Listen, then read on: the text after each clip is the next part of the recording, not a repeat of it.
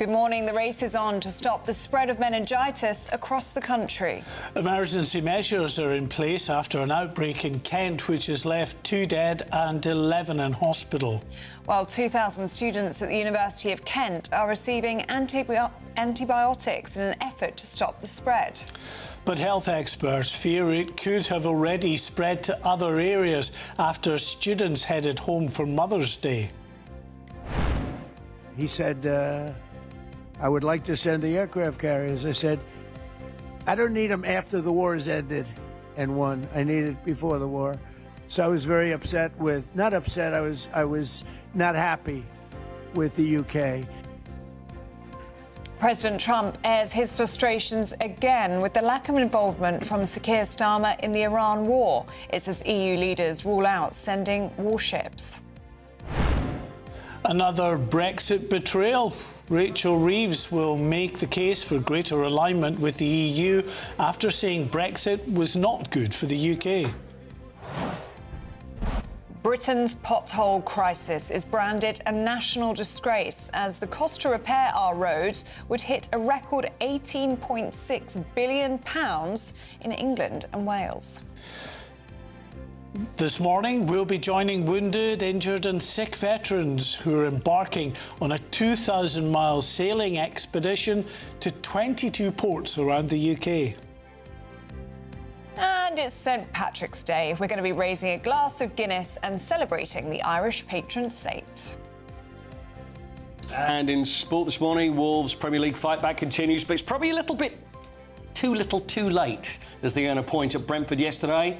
Also, Chelsea escape a points deduction over their secret payments under Roman Abramovich. And talking of Chelsea, along with Arsenal and Manchester City, they all need to win tonight to stay in the Champions League. It's a bit drab out there for most of us this morning, and there will be some rain in the west of Scotland and the west of Northern Ireland. But most of us will turn sunnier today, and it's going to be even warmer tomorrow. Join me later for a full forecast. Good morning, it's just gone 6 o'clock. I'm Ellie Costello. And I'm Mark White. A very warm welcome to GB News Breakfast.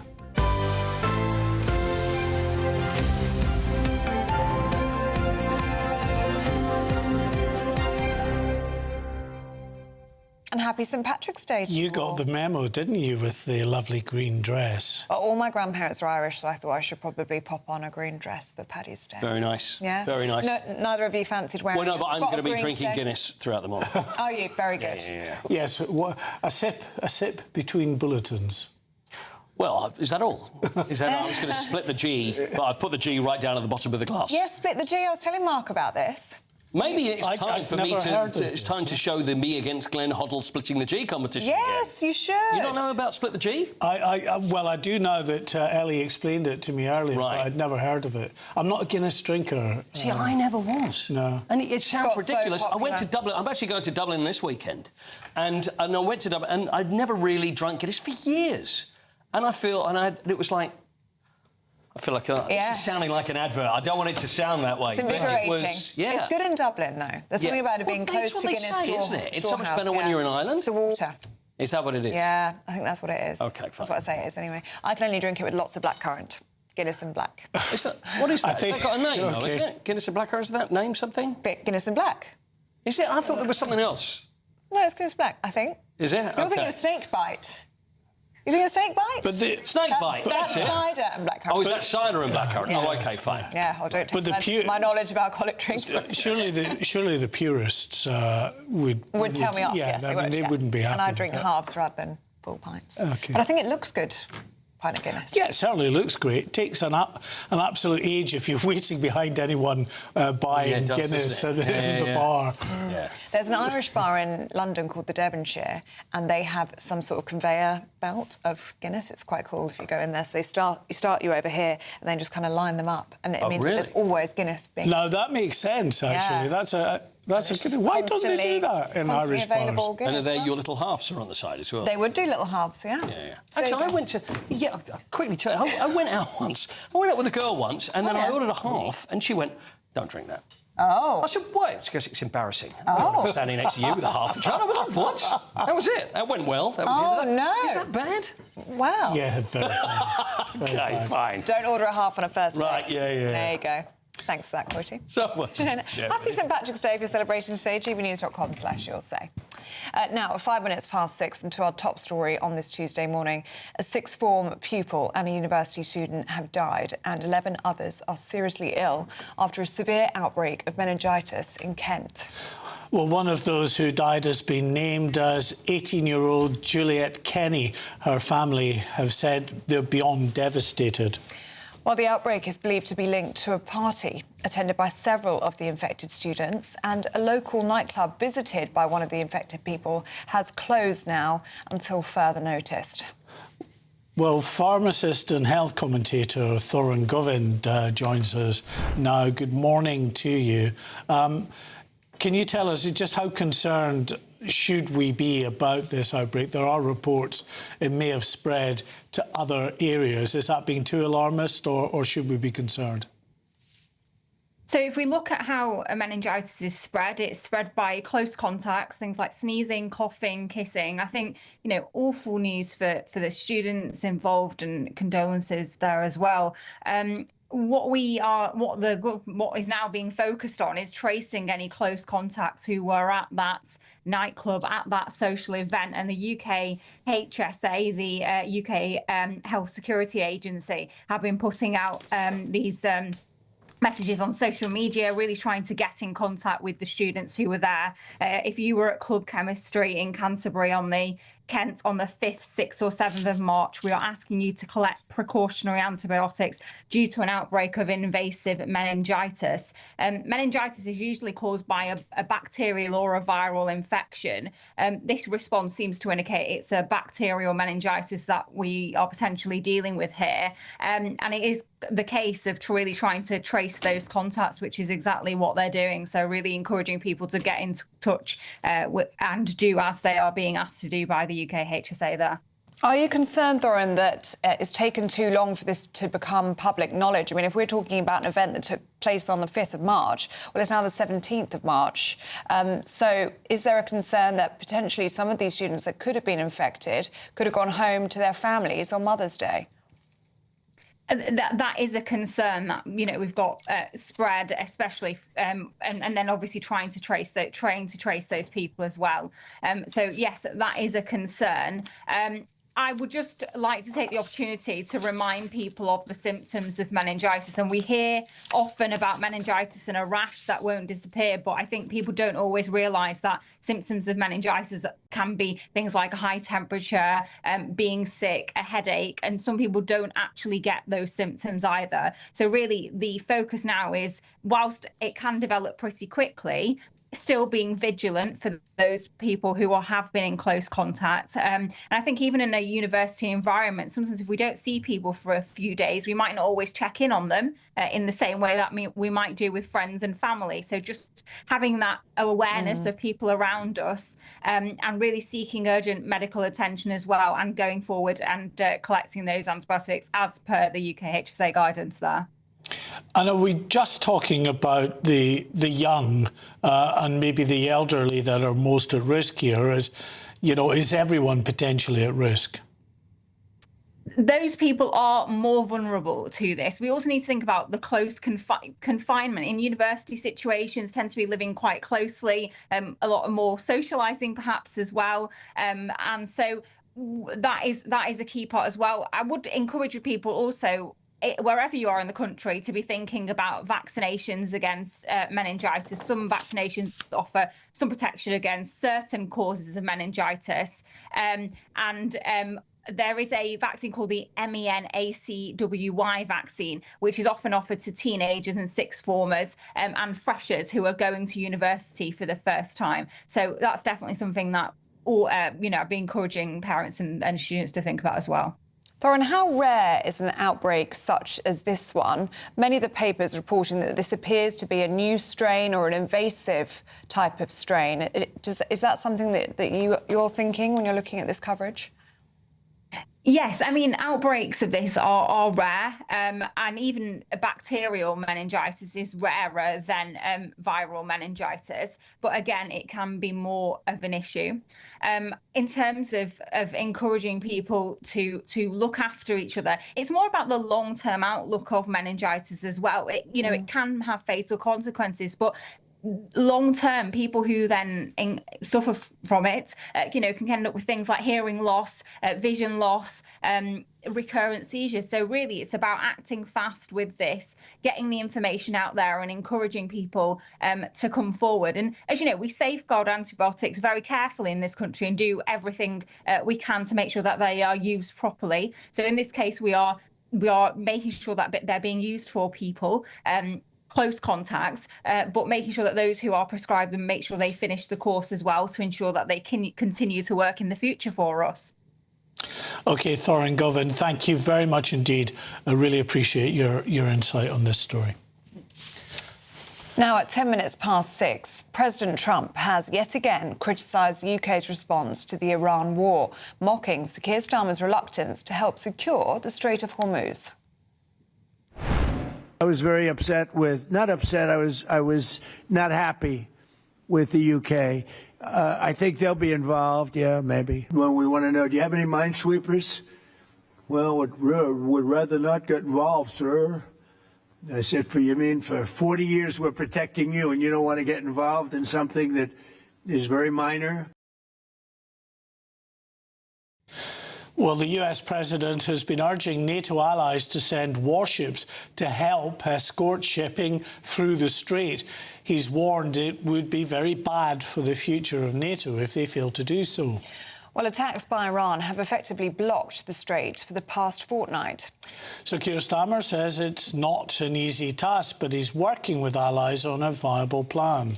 Let's speak now to Deputy Editor of Spiked Online, Fraser Myers, who joins us now. Morning to you, Fraser. Good morning. And yet again, we've got President Trump sharing his frustration with Sir Keir Starmer. Do you think this has changed the special relationship for good?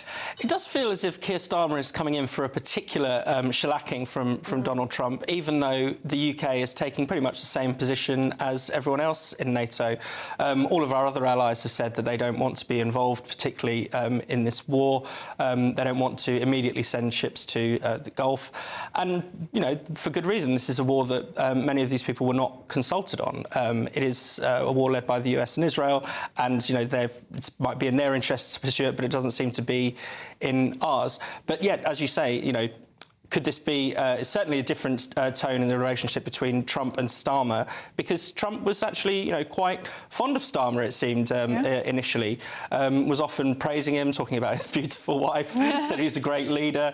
Now, now things have soured. They started souring before the war in Iran, but certainly, Starmer is being slagged off by Trump on a near daily basis, it feels like.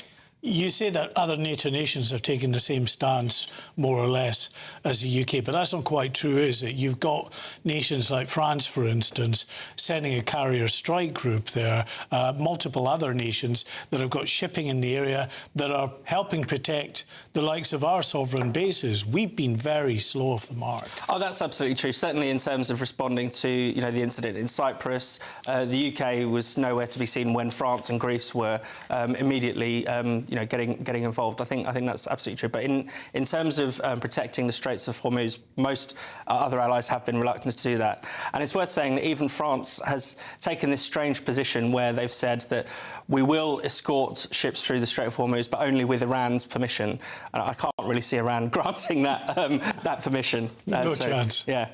Can we talk about the Iranian regime? We still haven't seen Iran's new supreme leader, but President Trump was briefed some details about him, wasn't he? That the new Ayatollah is likely gay.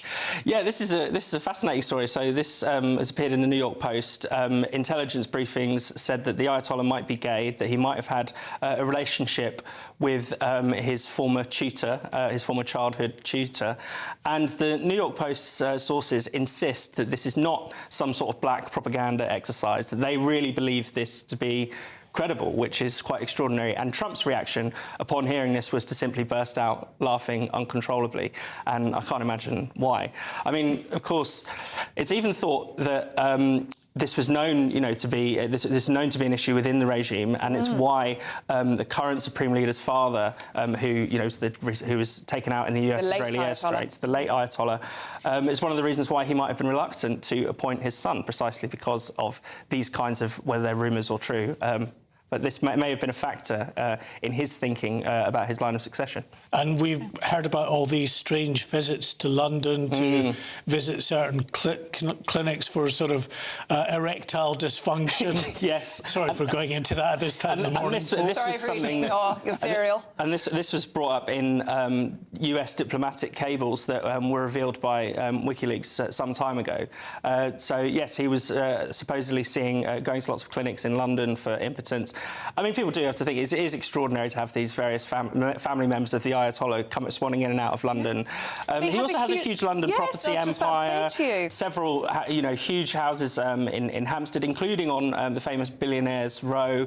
I think that, whether Britain gets involved in the war directly or not, we've certainly been asleep at the wheel when it comes to the infiltration of the Iranian regime in this country. And we still haven't prescribed the IRGC. We still haven't prescribed. We're not sanctioning this new Iranian leader and all of his properties in London. It's absolutely extraordinary. And when, Keir Starmer himself acknowledged that there had been 20 foiled terror plots, against the UK by the Iranians in just the past year, you do wonder what's going on. Do they really believe that the Iranians are going to, come down from their position, that they can be won over if we don't prescribe the IRGC?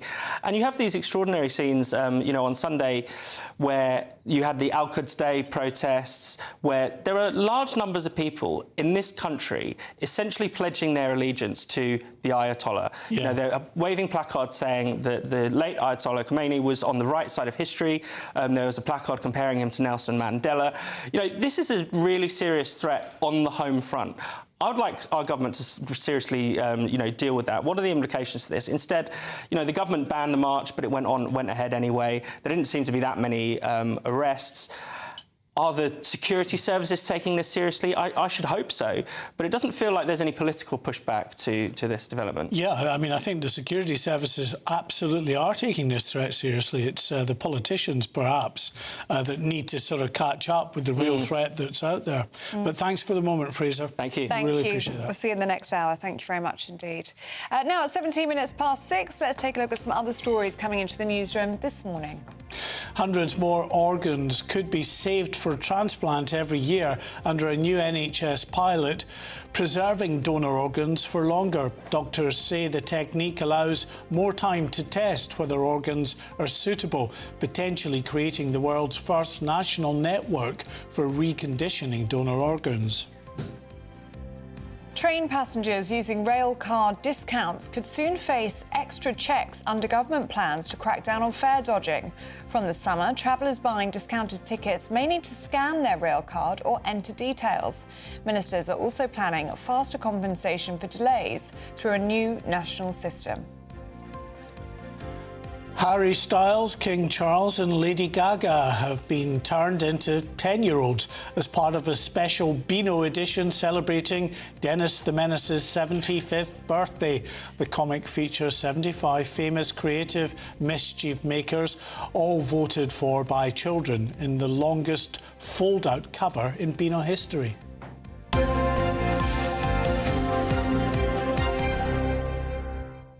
How King Charles would feel about being a mischief maker. Well, indeed. I wonder if he's got his catapult. Yeah. He's a member of the Bash Street Kids. That was a Beano, I think, wasn't it? I reckon he loved Dennis the Menace. Yeah, maybe. Still going strong, isn't he? Let's get a look at your weather now with Alex Deacon. Expect warm spells with the odd rude interruption. Box Boilers sponsors the weather on GB News. Morning. Yes, it's time for your latest weather update from the Met Office here on GB News. Bit of a drab start for most of us out there today, but stick with it. It is going to turn brighter with some sunshine. The main exception will be northwest Scotland and the west of Northern Ireland, where not just wet here, but turning increasingly windy. Some drizzly rain elsewhere this morning, but that'll tend to peter out and the skies should brighten. Certainly for most of England and Wales, good spells of sunshine as we go through the afternoon. Still a bit of a breeze blowing, but wafting up some relatively warm air. And there's a bit of oomph to the sun at this time of year, so temperatures easily getting to 14, 15 degrees, maybe a little higher. Feeling a bit cooler than that, though, with the wet and windy weather across western Scotland, the west of Northern Ireland, creeping in towards the Belfast area by the time we get to this evening. East coast of Scotland staying dry, but the wet weather further west could have some heavier bursts mixed in over the hills. Again, probably staying dry in Glasgow until later, and that rain not really reaching here until the overnight period. The rain will creep towards Belfast through this evening, but for most of England and Wales, as I said, it's dry, it's fine. Perhaps staying quite cloudy around the west coast of Wales, and at times some thicker cloud in the far southwest of England. Some of that rain will trickle its way through Belfast and Glasgow during this evening, continuing to kind of peter out as it spreads its way across southern Scotland, something a bit clearer coming into the northwest. The wind's easing down as well after a gusty, blusterous day, and with the clear skies and lighter winds, it's actually turning quite chilly through the heart of England. Eastern England temperatures well down into single digits. So a fresh start to Wednesday, but a warm and sunny day, certainly for the Midlands, much of England. There will be this cloudier zone over the far north of England, southern Scotland. May even be a little bit of light rain and drizzle early tomorrow, but that should peter out. A brighter day in western Scotland with some sunny spells, and in the sunshine further south, high teens, perhaps western parts of Wales, could get up to 20 Celsius. Expect warm spells with the odd rude interruption. Boxed Boilers sponsors the weather on GB News. Oh, so many of you getting in touch with us already this morning. Thank you for your company. Jonathan, on Rachel Reeves wanting to get closer to the EU, says Reeves has run out of other things to blame now. In fact, she's repeating herself. I'm sure she has to take responsibility herself for the state of the economy. She's had almost 2 years since they took power. She is a nightmare. Bradders, talking about the issue of potholes, which we're just about to get onto, said it used to be a lot cheaper when the council just had their own workers out on the roads instead of paying private contractors to do everything. Yeah. Well, we're all paying an absolute fortune in our council tax, aren't we? I mean, it'd be great if that was put towards potholes. It's certainly not in my area. I don't know if it is in yours. No, absolutely. But the roads around where I live are an absolute disgrace. Anyway, we're going to be talking about that next because we know that it really winds you up. Britain's pothole crisis, it is a national disgrace, and repairs to our roads could hit a record £18.6 billion in England and Wales if they were all to be repaired. We're going to be talking about that and what can be done about it next on GB News Breakfast.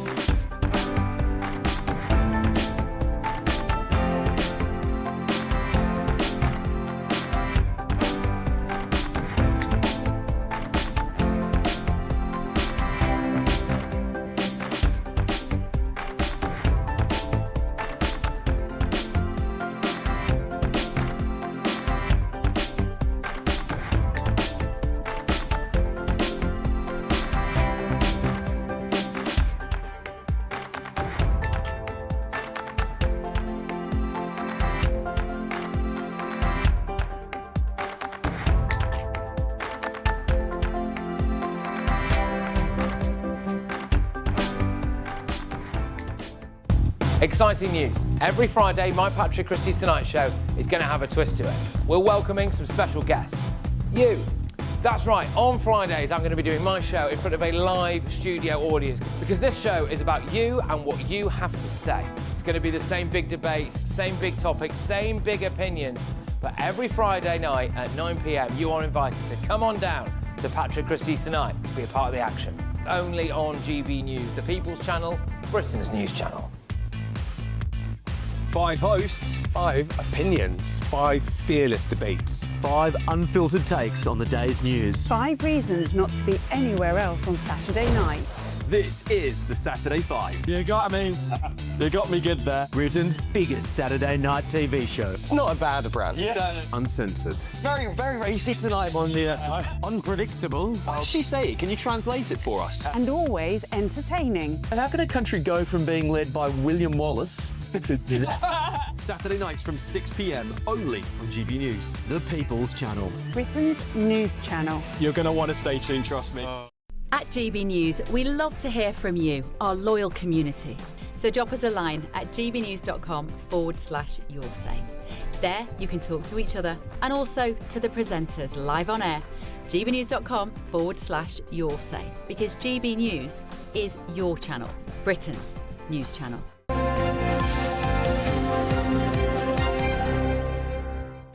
Welcome back at 6:25. Now, a new report is warning there is no quick fix for Britain's crumbling roads.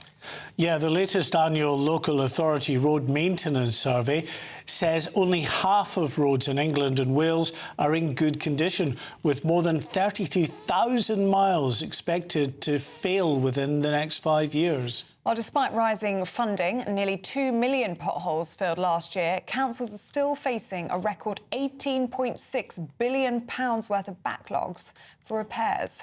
Well, joining us now is the campaigner who calls himself Mr. Pothole, Mark Morrell. Good morning to you, Mark. Great to hear from you. Just tell us what it is that causes potholes in the first place. They're everywhere these days. Maureen, lack of maintenance is the biggest thing. We get weather blamed, but it's lack of maintenance. In the report from the Asphalt Industries Alliance shows that on average they're not resurfacing roads for 97 years, where the wearing surface of a road really lasts 20 or 30 years. So it doesn't take a lot of working out of why our network's failing. And this thing of counting potholes, I think government's got completely the wrong idea. I mean, counting the number of pothole repairs is not a sign of success. It's a sign of neglect and failing of resurfacing our roads. That's the real answer. I see all these gimmicks and all these ideas about we're going to fill all these potholes. But the true answer is you need to resurface the roads because they're past their life. We've got more traffic, we've got heavier vehicles, and also, I mean, the extreme weather that we've had in the last couple of months isn't included in these figures. So that increase of £1.8 billion in a year is staggering and is likely to be far worse when it comes to next year's survey. And are we going to keep counting this, or is government going to do something about it? Because they're very good at saying they're spending all this money. Well, it's not working. Surprise, surprise. It just makes you think, Mark, how have we as a country allowed our roads to get in such a state? It's such a big problem now. It's not going to be easy to fix or tackle. No, and I've been warned about this for over 13 years of campaigning, and I did say that if government did not take it seriously and invest in resurfacing our roads, this is the point we would get to. And I've taken those figures and run them forward. At the moment, if we carry on at the trajectory we are, by 2030, we're talking about £30 billion. But this is only just carriable age. That's the bit between the curbs that the vehicles travel on.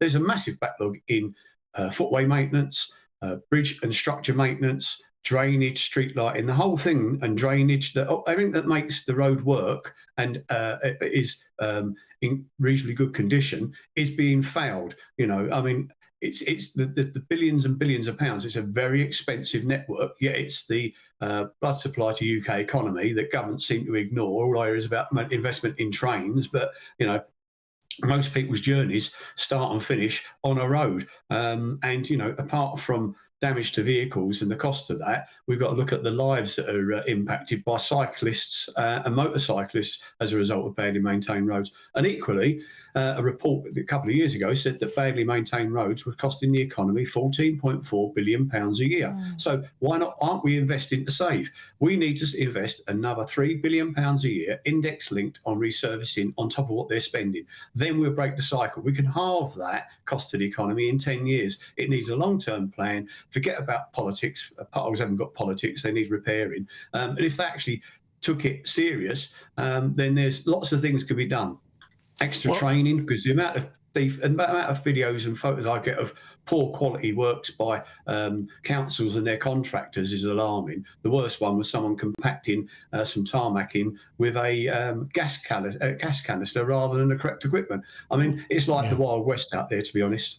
Well, understandably, it's an issue that gets our audience exercised.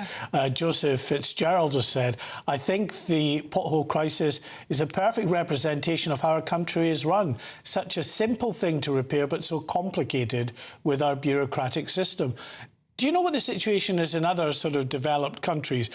Do they have road systems that are as just, you know, completely broken as our system seems to be? I think we're probably the worst, but yes, there are problems because for the good of social media, I get tagged into potholes all over the world. America, I mean, even in France, which was always traditionally one of the better ones, I'm still seeing some of those. But it's not a national disgrace; it's an international embarrassment, like many things is in the country, I'm afraid. I mean, I've done television and interviews with other countries. In France, they call us the Kingdom of Potholes. Oh, wow. That's not good at all, is it? Yeah, indeed. Mark, we're out of time with you, I'm afraid, but we could talk to you all morning, as you know. Thank you so much for coming and joining us this morning on GB News Breakfast. Always good to see you. Thank you, Mark. Now, if you're travelling to work or school, please avoid the potholes. Hopefully, your roads are not covered in them. Here's your traffic and travel update. Good morning. This is the latest AI travel news from gbnews.com. High winds are making conditions tricky over the A9 Dornoch Bridge, so take extra care. On the A55 at Britannia Bridge, there is a 30 miles per hour limit in both directions until further notice. In Cheshire West and Chester, the M56 westbound exit slip at junction 14 is closed for road management, with traffic expected to recover between 7:15 and 7:30 this morning. In Plymouth, the A38 westbound is shut between the A3121 and the A374 after a crash. And on the trains, Avanti West Coast and Cross Country report major disruption at Glasgow Central. For more travel news, go to gbnews.com.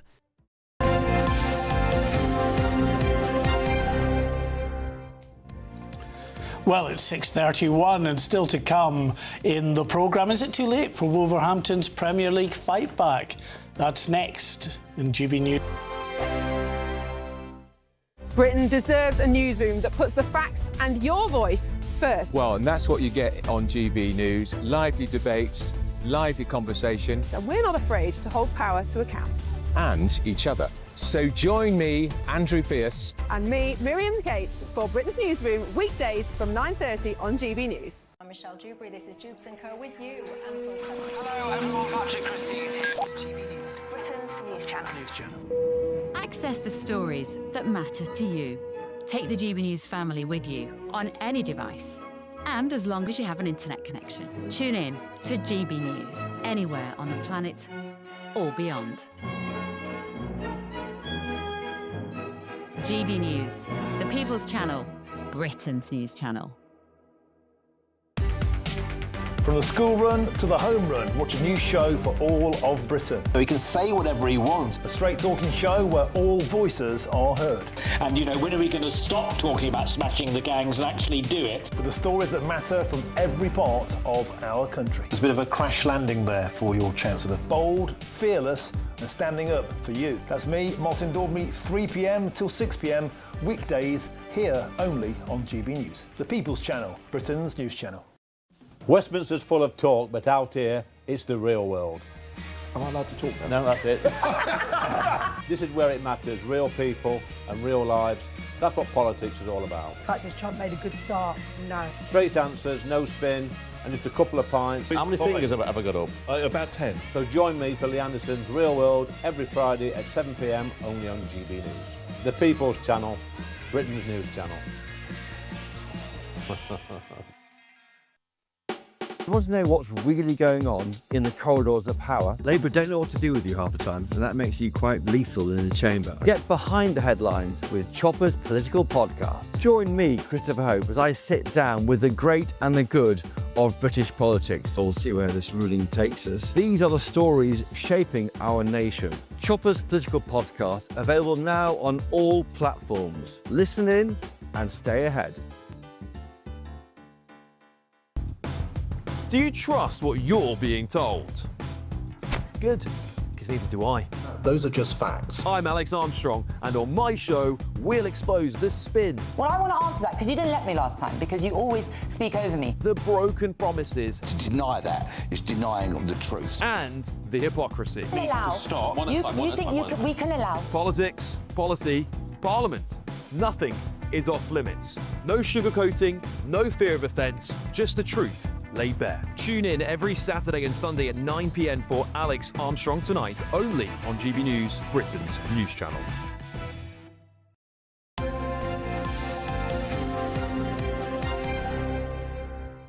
Welcome back at Sports Time. Paul Coyte's here with us. Morning, Paul. Premier Good League morning. action, is that right? It is. Very good. Brentford 2, Wolverhampton Wanderers.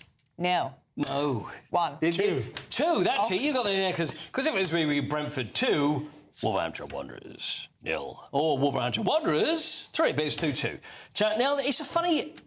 As someone once said, it's a funny old game because Brentford went 2 up and Brentford are doing really well. And since Thomas Frank left, you know, they're actually doing better. And now we know what's happened to Thomas because he was at Spurs and then doesn't have a job now. But Wolves came back. Now, Wolves are bottom of the Premier League. They've had a horrendous season, but all of a sudden, they've started turning things around. And as I mentioned earlier, it's just too little too late. I think they're 12 points 17 points they're on, I think. Yeah, I don't know how many points they're on. They're 12 points off of keeping away from relegation. So it's going to be very tough. But all of a sudden, they've started putting these results together under Rob Edwards. And you think, well, now it's just, is it possible to try and save their season? I think it's probably too late, but Brentford also, they've been pushing for Champions League. So 2-2, final result there, and still hope for both at opposite ends of the table. But Chelsea, let me tell you about what's been going on with Chelsea. Now, between 2011 and 2018, there were all these charges that came towards Chelsea for illegal payments. So over an 8-year period, they made payments of over £47.5 million that went to basically getting good players. But it was all done a little underhand, so nobody knew about this, so they're breaking all these rules. So illicit payments to sign 7 players, including Eden Hazard, David Luiz, all these really good players.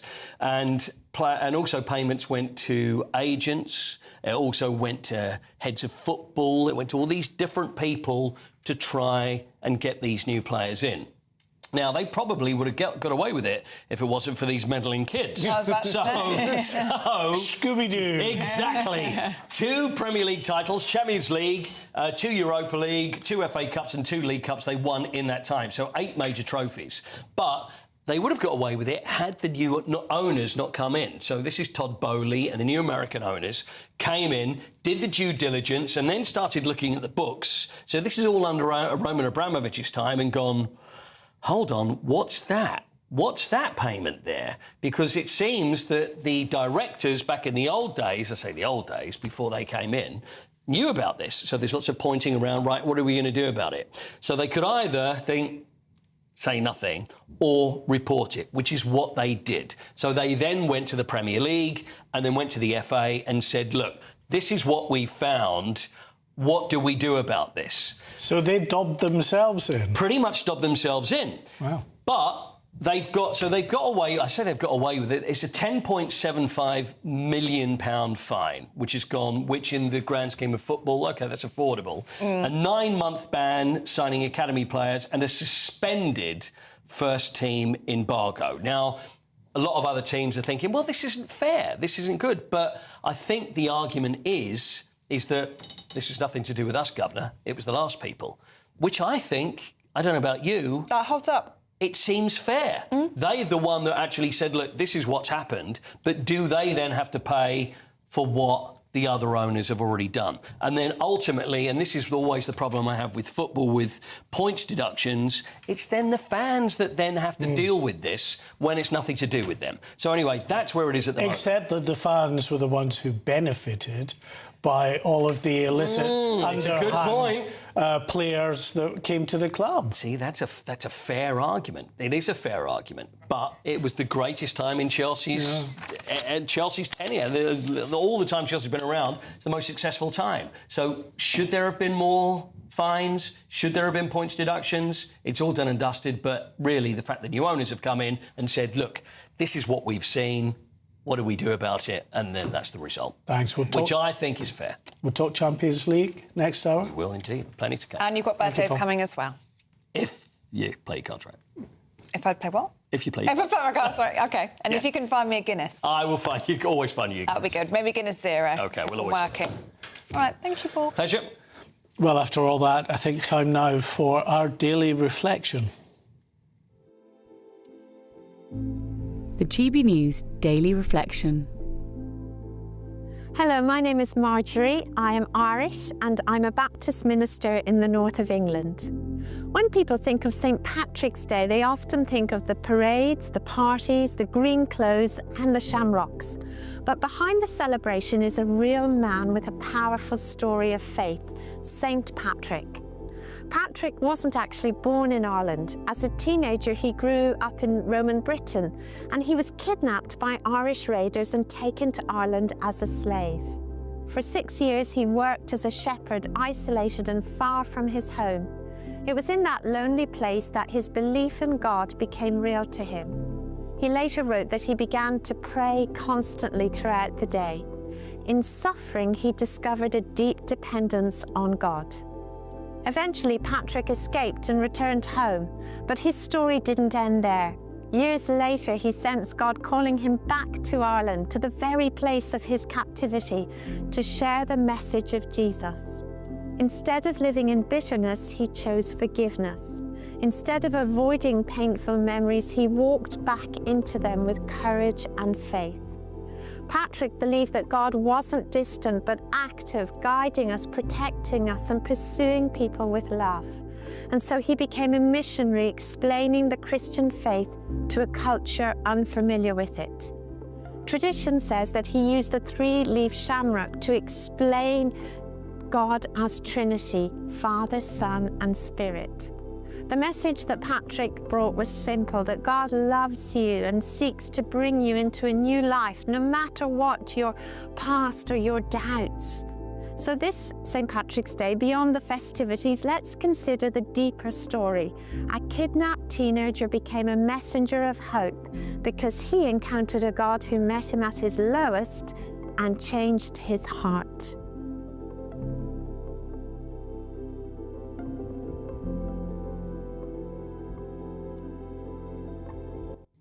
It's an important point because obviously in St. Patrick's Day so much is lost in the celebration, the St. Patrick's hats and the like, but actually there is a story there, a very powerful story of faith. Yeah, and a powerful story of hope as well, which I think we all need at this time, don't we?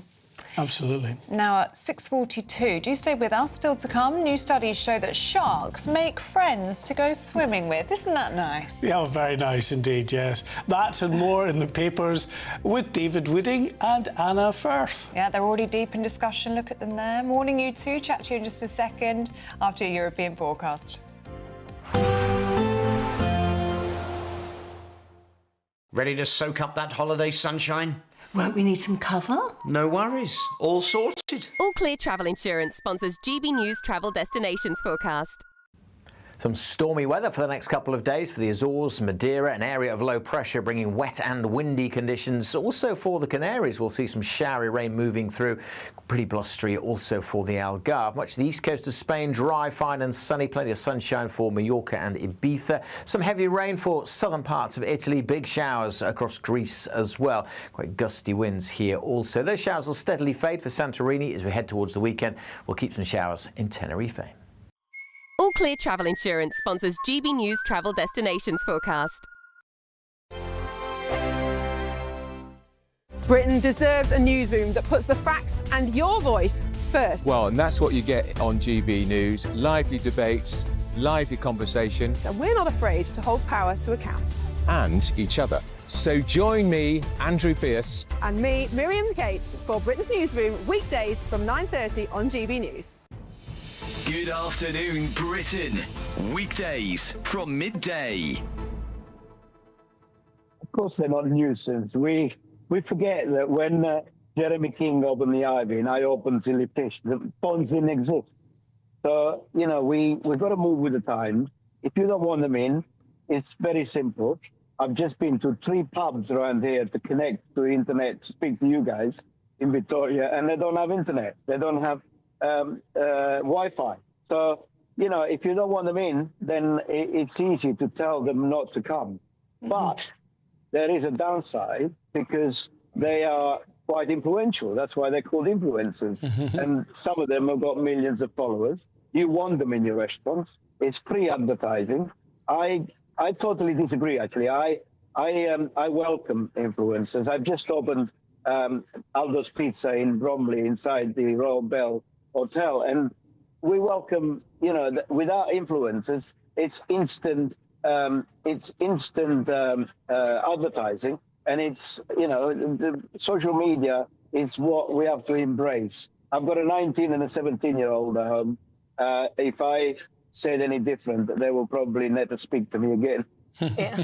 But what if it drives your other customers away, regular customers who might come in a lot? Usually these influencers only come in, do a couple of pictures, and they probably never to be seen again. Well, you know, if that's the case, then you need a security guide to tell them not to come in. But it's, you know, it's far and few between. I don't know what the best thing to do is. I don't particularly mind. A lot of restaurateurs can't stand it. GB News, the People's Channel.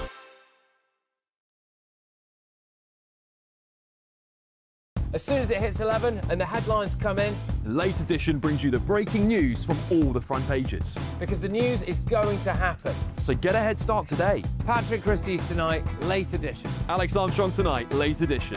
From 11 o'clock every night. Only on GB News, the People's Channel, Britain's news channel. At GB News, we love to hear from you, our loyal community. So drop us a line at gbnews.com/yoursay. There, you can talk to each other and also to the presenters live on air. gbnews.com/yoursay, because GB News is your channel, Britain's news channel.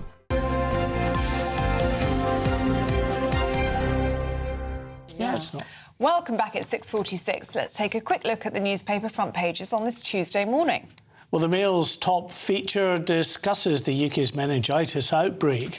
And the Telegraph also leads with a story about the race to stop the nationwide spread of meningitis. The Guardian leads with the Prime Minister's vow that UK will resist US pressure to join the Iran war. The Sun says that vapes spread killer bug. This is the report that they were sharing a vape in the club where this meningitis outbreak began. Well, to get what the papers are saying on that, we're joined, of course, by former newspaper editor David Wooding and former Conservative MP Anna Firth. David, first of all, clearly a lot of concern that this may have spread in the time before health officials actually alerted anybody. Yes, and the race is on now to find out what strain of meningitis this is. I mean, there's been some confusion in the public about the difference between viral and bacterial meningitis. As I understand it, the one you can have vaccinations for is the virus, just like you had it for COVID, which is also a virus. But you can't vaccinate against bacterial meningitis, which is the more dangerous one, which is the strain here. So that's why people are having antibiotics, so that if they have caught the start of the virus, they can be protected. And of course, it's very hard to catch, but nevertheless, it is deadly. It is the far more dangerous strain, and there are several strains of bacterial meningitis as well. Yep. So of course, students, and it's been detected now outside Canterbury. There are 11 people in hospital who are really seriously ill. I understand one is in a coma. Yes. Yeah. And so, apart from the two very tragic fatalities of two young people, there'll be a lot of concern among those who haven't even got meningitis at this stage. And I think the head of the council has given you the latest absolutely, advice. There's over 30,000 students in Canterbury, so this is really, really important. So I contacted Kent County Council, and the leader of Kent County Council has given me the official line. If you experience any of the following symptoms, go straight to A&E. Don't go to your GP, go to A&E. Headache, high temperature, cold hands and feet, vomiting, confusion, rapid breathing, muscle and joint pain, or blotchy skin spots that don't fade when you put the glass on. Importantly, also, students should keep an eye on their friends, as the initial symptoms look like a hangover or the start of a cold. Don't share vapes, cigarettes, lipstick, cutlery, or anything that might transfer the virus from one person to another. So I think it'd be good to get that, I'm sure you have, up on your website. That's straight from Kent County Council this morning. And it's good advice, isn't it, Anna? Because on the front page of The Sun this morning is a mother whose daughter is in A&E with meningitis, or has been in A&E with meningitis. And she says her daughter got the symptoms after sharing a vape in this nightclub in Canterbury, in Kent. So it's believed that this is where this outbreak started. Exactly. The other interesting thing from the Sun report is actually that they do think this is related to COVID and teenagers not being vaccinated during COVID. It's interesting what you're saying, David, but it does seem as if we do now have some vaccinations against certain bacterial strains, but they didn't happen because so many of these students were locked down at home. 25% they think are unvaccinated, hence the importance of that advice. OK, Anna, let's stay with you, shall we? Because it's going to concern a lot of our viewers. Britain needs the EU to help it grow again. Rachel Reeves. You're really triggering me this morning, Ellie, because I'm afraid if this was in 2 weeks' time, I'd think this was an April Fool's joke, because the Germany, France and Italy are all growing less fast. They are completely stagnated. They're growing less fast than the UK, which, as we know, is growing by 0.1%. So why on earth would we be looking at that block as the place to grow? The reality is that our biggest single trading partner by a country mile is the USA. That's where 22% of our goods and services go. That's a growing economy.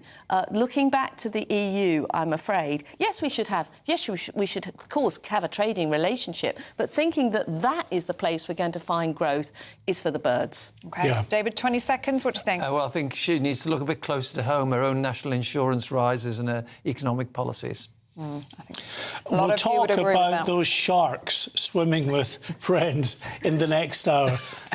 Time now for the Great British Giveaway, and your chance to win prizes worth £92,000. Let's take a look.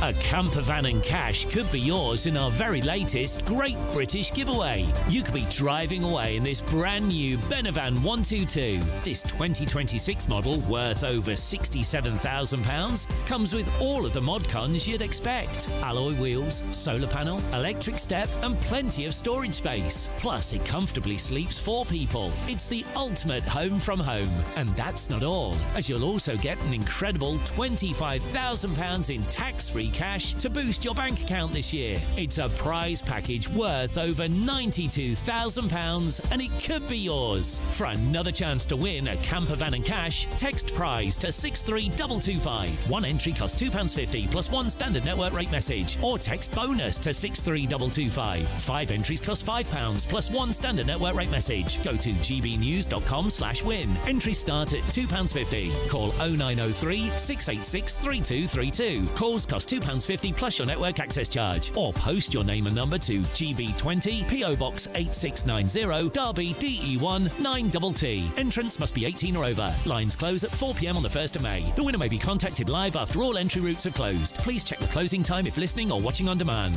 Good luck.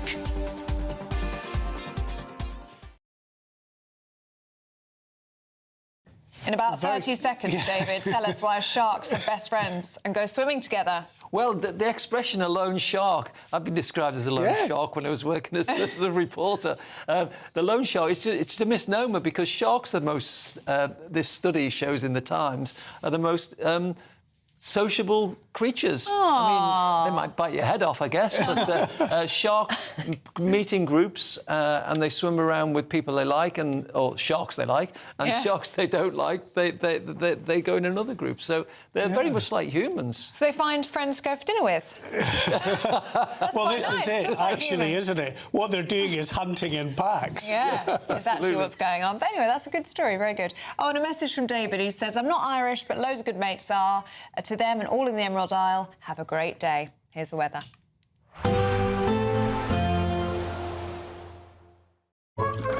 Warm and cosy, with a chance of zero visibility. Boxed Boilers sponsors the weather on GB News. Morning. Yes, it's time for your latest weather update from the Met Office here on GB News. Bit of a drab start for most of us out there today, but stick with it. It is going to turn brighter with some sunshine. The main exception will be northwest Scotland and the west of Northern Ireland, where not just wet here, but turning increasingly windy. Some drizzly rain elsewhere this morning, but that'll tend to peter out and the skies should brighten. Certainly for most of England and Wales, good spells of sunshine as we go through the afternoon. Still a bit of a breeze blowing, but wafting up some relatively warm air. And there's a bit of oomph to the sun at this time of year, so temperatures easily getting to 14, 15 degrees, maybe a little higher. Feeling a bit cooler than that, though, with the wet and windy weather across western Scotland, the west of Northern Ireland, creeping in towards the Belfast area by the time we get to this evening. East coast of Scotland staying dry, but the wet weather further west could have some heavier bursts mixed in over the hills. Again, probably staying dry in Glasgow until later, and that rain not really reaching here until the overnight period. The rain will creep towards Belfast through this evening, but for most of England and Wales, as I said, it's dry, it's fine. Perhaps staying quite cloudy around the west coast of Wales, and at times some thicker cloud in the far southwest of England. Some of that rain will trickle its way through Belfast and Glasgow during this evening, continuing to kind of peter out as it spreads its way across southern Scotland, something a bit clearer coming into the northwest. The wind's easing down as well after a gusty, blusterous day, and with the clear skies and lighter winds, it's actually turning quite chilly through the heart of England. Eastern England, temperatures well down into single digits. So a fresh start to Wednesday, but a warm and sunny day, certainly for the Midlands, much of England. There will be this cloudier zone over the far north of England, southern Scotland. May even be a little bit of light rain and drizzle early tomorrow, but that should peter out. A brighter day in western Scotland with some sunny spells, and in the sunshine further south, high teens, perhaps western parts of Wales, could get up to 20 Celsius. Warm and cosy, with a chance of zero visibility. Boxed Boilers sponsors the weather on GB News. Thank you for making us Britain's #1 news channel. Together, we have built something truly extraordinary.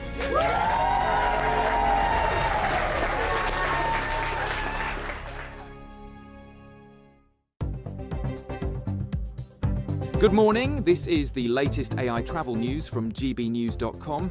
On the A9 Dornoch Bridge, travellers should exercise extra care as high winds are making driving conditions tricky and potentially hazardous for all vehicles. Over on the A55 at Britannia Bridge, there's now a temporary speed limit of 30 miles per hour enforced in both directions until further notice for safety reasons.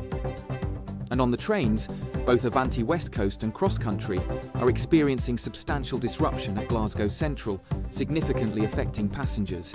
It's advisable to allow extra time for your journey and check updates before you travel. For more travel news, go to gbnews.com. You could be the proud owner of a brand new Benevan 122. This very latest 2026 model comfortably sleeps 4, comes complete with built-in kitchen, compact washroom, and is worth over £67,000. But that's not all, as we'll also give you a further £25,000 in tax-free cash to spend on anything you like in the coming year. For another chance to win a camper van and cash, text prize to 63225. One entry costs £2.50 plus one standard network rate message, or text bonus to 63225. 5 entries cost £5 plus one standard network rate message. Go to gbnews.com/win. Entries start at £2.50. Call 0903 686 3232. Calls cost £2.50 plus your network access charge, or post your name and number to GB20 PO Box 8690 Derby DE1 9TT. Entrance must be 18 or over. Lines close at 4 p.m. on the 1st of May. Please check the closing time if listening or watching on demand. Join me, Nana Akweer, for an informative, interactive news programme with a difference. It's fun. Oh, no, he didn't say that, Dave. I'm so surprised. I think there's an element of truth to that. Join me from 3 p.m. every weekend, only on GB News, Britain's news channel.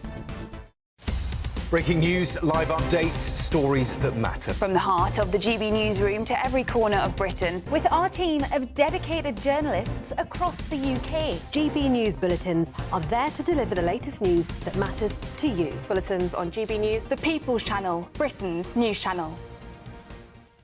Britain deserves a newsroom that puts the facts and your voice first. Well, and that's what you get on GB News. Lively debates, lively conversation. And we're not afraid to hold power to account. And each other. So join me, Andrew Pierce. And me, Miriam Gates, for Britain's Newsroom, weekdays from 9:30 on GB News.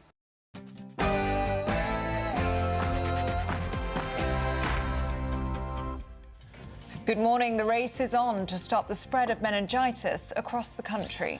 Emergency measures are in place after an outbreak in Kent, which has left 2 dead and 11 in hospital. While 2,000 students at the University of Kent are receiving antibiotics in an effort to stop the spread. But health experts fear it could have already spread to other areas after students headed home for Mother's Day. He said, I would like to send the aircraft carriers. I said, I don't need them after the war has ended and won. I need it before the war. So I was very upset with, not upset, I was not happy with the UK. President Trump airs his frustrations again with the lack of involvement from Sir Keir Starmer in the Iran war. It says EU leaders rule out sending warships to the Strait of Hormuz. Another Brexit betrayal? Well, Rachel Reeves will make the case for greater alignment with the EU after saying Brexit was not good for the UK. Britain's pothole crisis is branded a national disgrace. The cost to repair our roads hits a record £18.6 billion in England and Wales.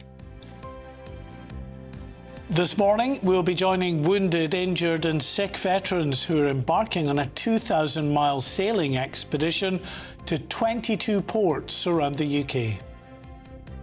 And happy St Patrick's Day if you are celebrating today. We're going to be raising a glass of Guinness and celebrating the Irish patron saint. And sport this morning, Wolves' Premier League fight back continues, but it's probably too little too late as they earn a point at Brentford. Chelsea escape a points deduction over their secret payments under Roman Abramovich, and Chelsea, Arsenal and Manchester City all need to win tonight to stay in the Champions League. It's a bit drab out there for most of us this morning, and there will be some rain in the west of Scotland and the west of Northern Ireland, but most of us will turn sunnier today, and it's going to be even warmer tomorrow. Join me later for a full forecast. Good morning. It's just gone 7 o'clock. I'm Ellie Costello. And I'm Mark White. Happy St Patrick's Day. This is GB News Breakfast.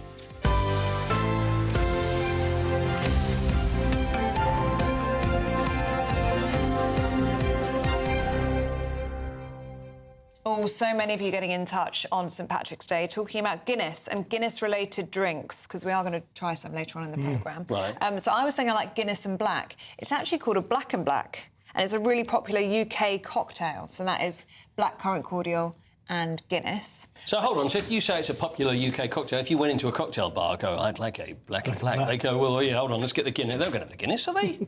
I don't have the think Guinness? so. I don't think so. No. Well, we should try it. That's a great excuse. Let's do it. Oh, I'll have to try that one as well. Let's go out and try That's that another one. one I haven't tried. Yeah, maybe we should do it right now. But it's the champagne one. Oh, yes, and loads of you getting in touch talking about a black velvet, which sounds absolutely fantastic. Oh. So that is in a champagne flute, right? So half Guinness and then half champagne. That's a bit like Donny and Marie, a little bit country, a little bit rock and roll. You know, it's a bit of one, half of one, Now- one half dozen of the other. Yeah, that sounds like a bit of me. Yeah, it does. It really, Yeah, I won't say what I was going to say. Probably for the best. A bit classy, a little bit rough. You know what I mean? You can take the girl out of Essex and all that. You're a very cruel man, Paul Coit. Fraser, I do it with love. You were telling us about this great Guinness drink. Yeah, so Fraser I'm a big. Myers is here, by the way. I'm a big fan of the baby Guinness, which actually contains no Guinness. at all. I'm not really. I don't really like Guinness, but it's great. It's got like either some sort of coffee liqueur, usually Kahlua, and Bailey's in a shot glass, and it's delicious. Is it because it looks like? It looks like a Guinness because it's got the black and it's got the head of the Bailey's. That so Nice. it resembles a tiny little Guinness in a shot. resembles a baby but it's Guinness. really nice. Ellie's Really thinking, strongly. No Guinness in it. Not interested. I am partial to a baby. And the other one is a car bomb. I don't know if people have tried this, What's a where car you bomb? have a little half pint of Guinness and you put in a shot of Bailey's, and that is absolutely magnificent. And then knock it down in one. Oh, lovely. And Sounds they very call it a creamy. car bomb. Yeah, I know, it's a bit, a bit sensitive, isn't it? Yeah, slightly. It's a little bit, yes. Yeah. That went over your head. Yeah, well, it did well now, it has, and I'm thinking, well, yeah, I can move on. Anyway, if you are celebrating St Patrick's Day today, happy St Patrick's Day. Enjoy the celebrations. And we'll share as many of your views throughout the programme as we can. Now, at 7:04, and to our top story on this Tuesday morning, a sixth form pupil and a university student have died and 11 others are seriously ill in hospital. It's after a severe outbreak of meningitis in Kent. One of the two who's died has been named as 18-year-old Juliet Kenny. Her family have said they're beyond devastated. Well, the outbreak is believed to be linked to a party attended by several of the infected students, and a local nightclub that was visited by someone who's since been diagnosed has closed now until further notice. Well, joining us live is NHS GP David Lloyd. Thank you very much for joining us this morning, David. Thank you, Henry.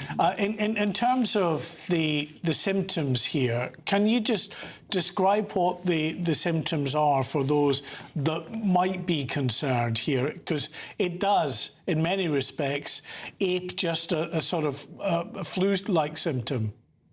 I think that's the very important point, isn't it? We're all giving out advice about the classic rash of meningococcal disease, which is like blood under the skin, and when you roll a glass over it, it doesn't fade away.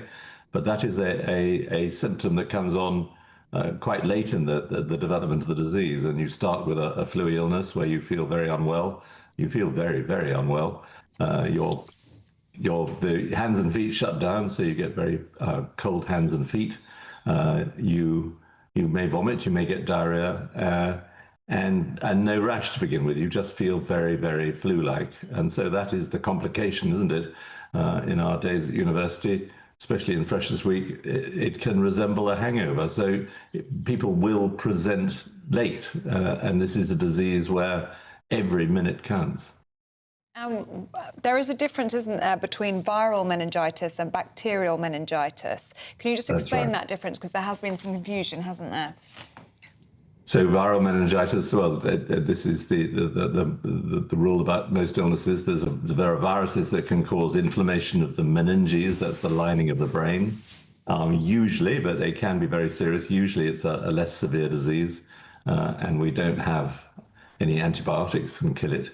Whereas meningococcal disease, although it's called meningitis, is really a form of sepsis as well. So it affects every organ in the body, and it's caused by a group of bacteria, and those bacteria are spread very quickly and very nastily because of the toxins they contain, and they do get better with prompt administration of penicillin. So I'm afraid I'm old enough to remember the scares of meningitis in young babies before the vaccinations became routine, and we used to carry penicillin in our black bags and sitting on our trolleys. And I can remember giving it to children before I sent them into hospital. The advice seems to be from local health agencies, if you suspect you've got meningitis, you're coming down with those symptoms, it's just to get to A&E, to bypass the doctor altogether, because clearly sort of time is of the essence here. Yes, I think so. I think meningitis is one of those ones where going through your triage system at a GP or ringing 111 it just might be too slow. You really want to react quickly. So if you develop the more classic signs of meningitis, like a stiff neck, the light sensitive, your eyes being sensitive to light, and if you do develop the rash, which is very characteristic, then please go straight to A&E and get that antibiotic in you intravenously as quickly as you can. Really good advice, Dr. David Lloyd. Thank you very much for joining us on GB News Breakfast. Thank you. Now, Donald Trump has criticised the UK's response to the Iran war, mocking Sir Keir Starmer's reluctance to help secure the Strait of Hormuz. I was very upset with, not upset, I was not happy with the UK. I think they'll be involved, yeah, maybe. Well, we want to know, do you have any minesweepers? Well, would rather not get involved, sir. I said, you mean for 40 years we're protecting you and you don't want to get involved in something that is very minor? Well, the US president has been urging NATO allies to send warships to help escort shipping through the Strait of Hormuz. He's warned that it would be very bad for the future of NATO if they failed to do so. Well, attacks by Iran have effectively blocked the strait for the past fortnight. Sir Keir Starmer says it's not an easy task, but he's working with allies on a viable plan. Well, let's speak to military and NATO historian Peter Carrick-Adams. Good morning to you, Peter. Good morning. Yeah, I can hear you well. Do you think that Sir Keir Starmer and European nations should continue to... I mean, they say they're working on a plan to unblock the Strait of Hormuz. You can't really do that without warships, can you? No, you can't. But on the other hand, the Straits of Hormuz themselves are very, very narrow. And what you don't want to do is put too many warships in there because they will be extremely vulnerable. That will be an invitation to the Iranians to do something about that. And so they'd be sitting ducks. I'm not sure at the moment how much use warships in that confined area are going to be. The way you shepherd ships through is in a convoy. And those convoys are, because the size of the super tankers we're talking about, those would be very, very long, very easy targets for Iran. So something has got to be done about the Iranian armed forces, and they've gone on to total war mode. I mean, in some ways, there are two different wars being fought here. America's fighting a war of choice with just a few of its armed forces. Iran has gone to total war mode with all the assets available to fight what it calls the Great Satan and to fire rockets and missiles at anyone and everyone in the vicinity. And it behoves America and Israel just to get that response right before you start sending ships, warships, into the danger zone of the Straits of Hormuz. Doesn't matter how good your warship is. If you put it in harm's way, then there's a chance that it could be hit and hit hard by the Iranians, and that will be the end of that. Peter, how are Iran still fighting back? Taken out a vast majority of their leadership, destroyed their control centres, destroyed in large part their nuclear programme. I mean, it's like the head has been chopped off, but the body is still fighting. Well, I think what they've done is they've wargamed what would happen if their leadership was removed, and simply they've organised another tier of leadership to take over, and they're communicating in ways that it's very difficult for us to interdict. And because they're in total war mode, they're now looking for spies, fifth columns. The Israelis' Secret Service Mossad were all over Iran to begin with, but I think the longer their agents are there, the more exposed they are, and the Iranians are sort of rapidly hunting for them. And the trouble is the American-Israeli strategy was a rapid shock and awe campaign that would involve the Iranian people rising up. And of course, that hasn't happened. So yes, Iran's fired a lot of missiles, but they've got an awful lot of drones, and they can carry on manufacturing them almost without interruption and we're talking, into the thousands. So yeah, a lot of their ballistic missile stock has been expended or destroyed, but they've still got a range of potent weapons that they can carry on. For all they have to do is survive, really, to claim some kind of moral victory, whereas the Americans and Israelis have to achieve a sort of regime change and a victory in the conventional sense. OK, Peter Carrick-Adams, thanks very much for your input. Thank you. Now, at 13 minutes past 7, Rachel Reeves, the Chancellor, has pledged to make Britain the fastest adopter of artificial intelligence in the G7 as she unveils a plan to boost the UK's struggling economy. In a major speech, the Chancellor is expected to announce £2.5 billion for advanced computing and set out priorities including closer EU ties, AI expansion and growth across the country. Well, let's speak now to Deputy Editor of Spiked Online, Fraser Myers, who joins us now. Morning to you, Fraser. Good morning. This appears to be a three-pronged approach, but it is this Britain needing to be closer to the EU that will make people very nervous, as it seems to be a row back on Brexit. It should make people nervous, and I think the two things that she's laid out, her two goals, are contradictory. Getting closer to the EU is not going to lead to this massive explosion in growth, as the Chancellor seems to imagine. And actually, even if you take AI, which she picked up specifically as a potential area of growth for the UK, the EU has a very restrictive regime in how it regulates AI. The UK has a lot more freedom, and it actually has the potential to gobble up a lot of business if we keep out of the EU, if we keep out of Brussels' regulatory orbit. So it doesn't quite make sense what she's arguing. It is worth stating that the UK, as sluggish as it is growing faster than most other EU countries, or certainly the major EU countries. It's the second, fastest growing country in the G7. Clearly nowhere near good enough, because people aren't feeling that in their pockets, and a lot more needs to be done on that front. But to suggest that essentially copying the way the EU does things is an answer to our economic problems seems to be a complete fantasy. And obviously the EU closer alignment comes with it, something that is completely unpalatable for so many people in this country, which would be free movement. Absolutely. If we sign up to the single market, for instance, which is, she's talking about closer alignment. She hasn't said that we should be fully members of the single market.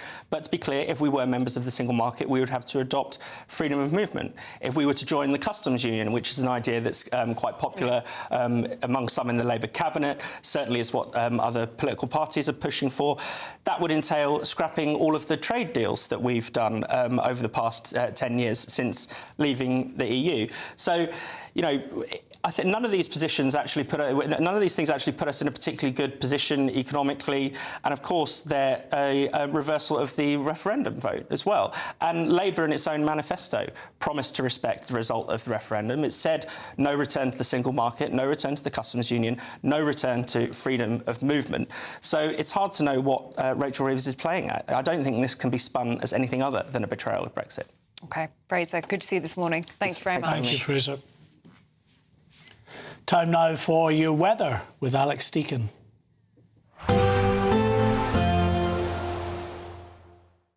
Expect warm spells with the odd rude interruption.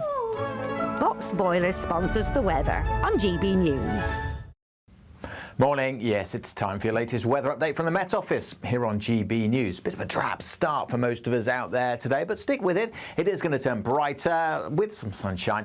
The main exception will be northwest Scotland and the west of Northern Ireland, where not just wet here, but turning increasingly windy. Some drizzly rain elsewhere this morning, but that'll tend to peter out and the skies should brighten. Certainly for most of England and Wales, good spells of sunshine as we go through the afternoon. Still a bit of a breeze blowing, but wafting up some relatively warm air. There's a bit of oomph to the sun at this time of year, so temperatures easily getting to 14, 15 degrees, maybe a little higher. Feeling a bit cooler than that, though, with the wet and windy weather across western Scotland, the west of Northern Ireland, creeping in towards the Belfast area by the time we get to this evening. East coast of Scotland staying dry, but the wet weather further west could have some heavier bursts mixed in over the hills. Again, probably staying dry in Glasgow until later, and that rain not really reaching here until the overnight period. The rain will creep towards Belfast through this evening, but for most of England and Wales, as I said, it's dry, it's fine. Perhaps staying quite cloudy around the west coast of Wales, and at times some thicker cloud in the far southwest of England. Some of that rain will trickle its way through Belfast and Glasgow during this evening, continuing to kind of peter out as it spreads its way across southern Scotland, something a bit clearer coming into the northwest. The wind's easing down as well after a gusty, blusterous day, and with the clear skies and lighter winds, it's actually turning quite chilly through the heart of England, eastern England, temperatures well down into single digits. So a fresh start to Wednesday, but a warm and sunny day, certainly for the Midlands, much of England. There will be this cloudier zone over the far north of England, southern Scotland. May even be a little bit of light rain and drizzle early tomorrow, but that should peter out. A brighter day in western Scotland with some sunny spells, and in the sunshine further south, high teens, perhaps western parts of Wales, could get up to 20 Celsius. Expect warm spells with the odd rude interruption. Boxed Boilers sponsors the weather on GB News. Now, do stay with us. Still to come, we're going to be debating, should you be allowed to comment on people's weight? That's next on GB News Breakfast with Mark and Ellie. Bold. They are under no illusion. Ray. Are you a human trafficker? Boundless. I've had enough of the nonsense, and I'm not afraid to say it. Don't get this on the BBC. Every weeknight, I tear through the headlines. The smell of gasoline. Should we be worried about it? From Westminster madness to cultural war chaos. What I'm going to do now is they are throwing things out the car as we speak. Get ready, Britain. Here we go. Patrick Christie's tonight, weeknights from 9 p.m, only on GB News, Britain's news channel. Hi, I'm Michelle Dewberry, and my show is your opportunity to cut through all the noise and dive in headfirst to some robust debates. Ideas clash. Situation, isn't it? No, because the failure is you're deliberately avoiding my point. Nothing's held back, And if you think this is the end of it, wait for more. and we do not shy away from the difficult stuff. Sometimes I want to shake people and say, if only you understood. So join me on Dubes & Co. weeknights at 6 p.m, only on GB News, Britain's news channel. You want to know what's really going on in the corridors of power? Labour don't know what to do with you half the time, and that makes you quite lethal in the chamber. Get behind the headlines with Chopper's Political Podcast. Join me, Christopher Hope, as I sit down with the great and the good of British politics. We'll see where this ruling takes us. These are the stories shaping our nation. Chopper's Political Podcast, available now on all platforms. Listen in and stay ahead. From the school run to the home run, watch a new show for all of Britain. He can say whatever he wants. A straight-talking show where all voices are heard. And, you know, when are we going to stop talking about smashing the gangs and actually do it? With the stories that matter from every part of our country. There's a bit of a crash landing there for your Chancellor. Bold, fearless and standing up for you. That's me, Martin Daubney, 3 p.m. till 6 p.m, weekdays, here only on GB News. The People's Channel, Britain's news channel. Britain deserves a newsroom that puts the facts and your voice first. Well, and that's what you get on GB News. Lively debates, lively conversation. And we're not afraid to hold power to account.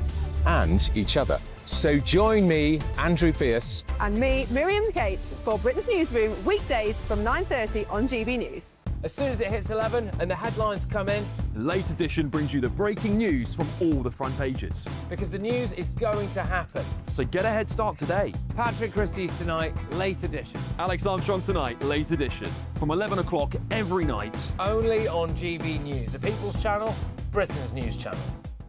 At GB News, we love to hear from you, our loyal community. So drop us a line at gbnews.com/yoursay. There you can talk to each other and also to the presenters live on air. gbnews.com/yoursay, because GB News is your channel, Britain's news channel.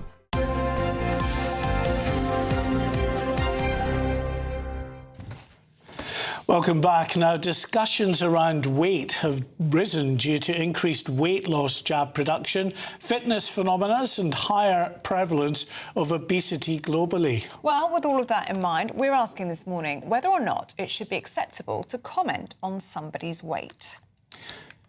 Well, body positivity influencer George Keywood and social commentator Annalise Caldwell both join us now. Annalise, first to you. If you're concerned about someone's weight, should you be allowed to comment on it? I think it very much depends on the situation you're in. I don't think you should just comment on a complete stranger in the street. But if you've got a family member, I mean, particularly as a mother, you know, I think that it's your duty, really, to deal with your child's weight issues. Obviously, you should never, ever just blurt something out. It's got to be done carefully. It's got to be done thoughtfully.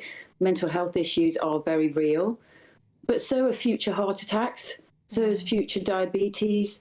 You know, all of these things are an issue. And if you don't deal with them, if you just ignore them and say, oh, you know, think you're being kind, it's a falsity.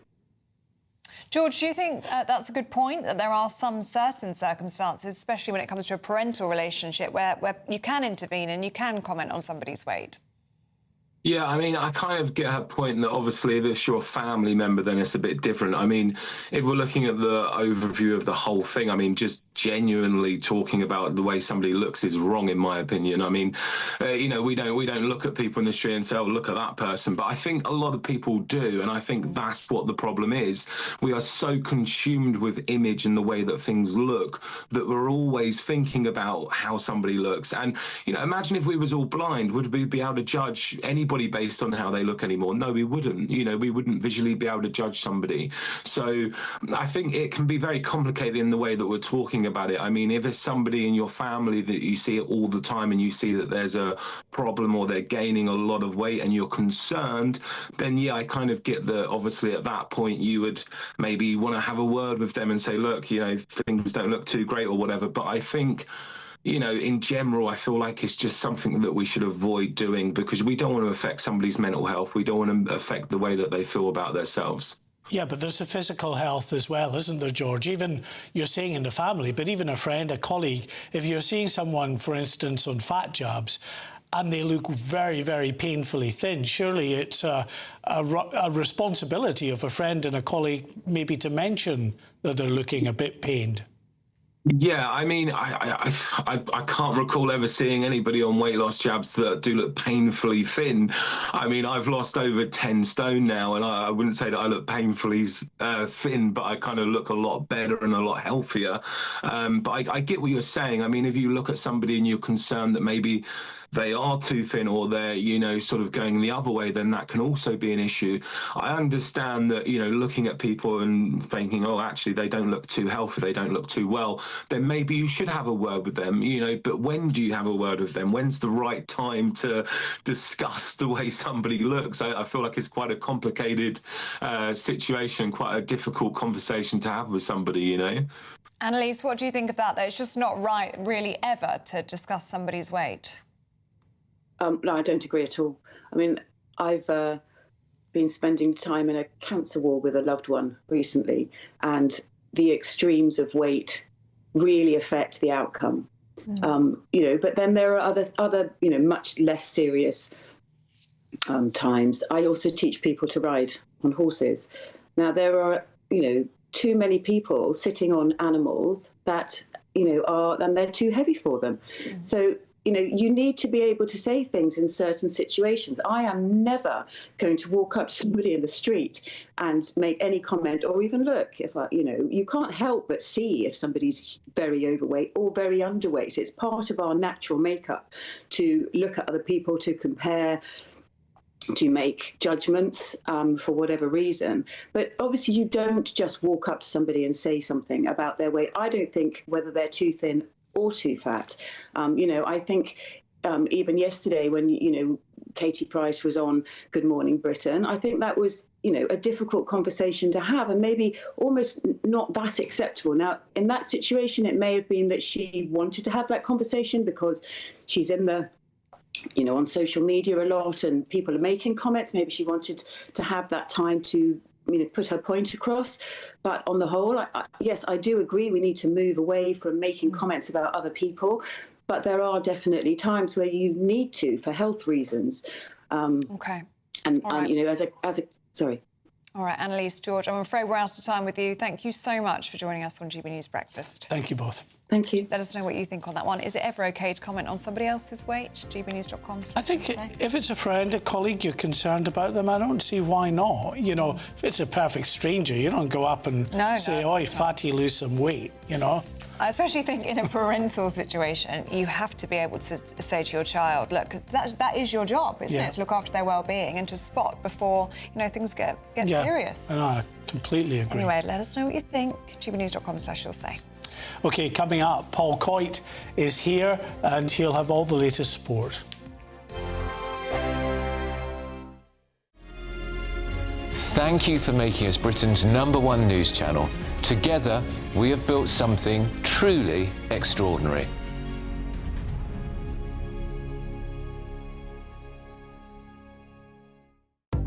Good morning. This is the latest AI travel news from gbnews.com.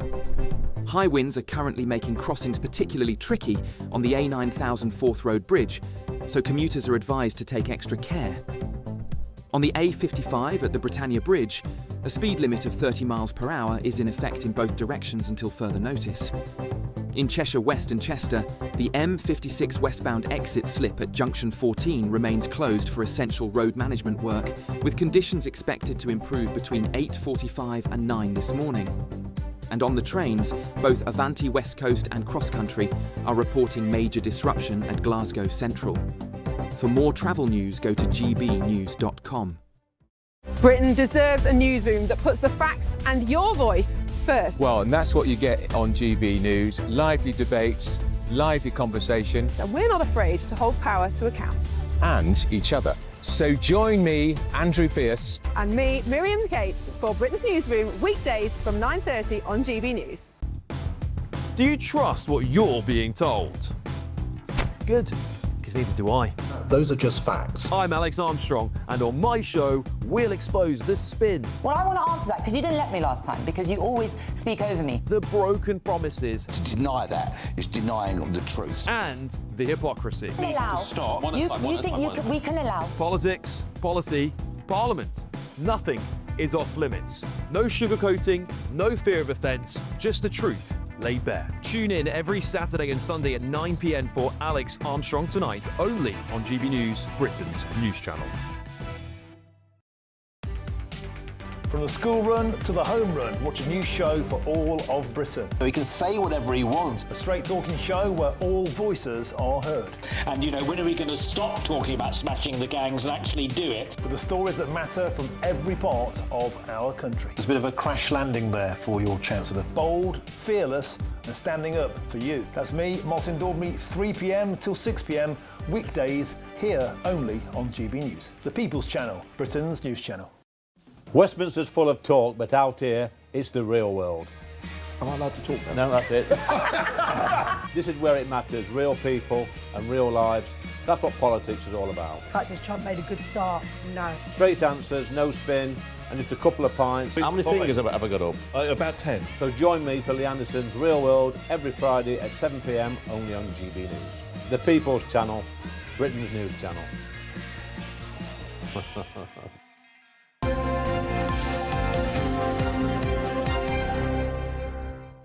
Welcome back, it's Sports Time. Paul Coyte's here with us. Morning. Morning. Brentford drew with Wolves last night. I thought I'd throw that in there because that's what happened.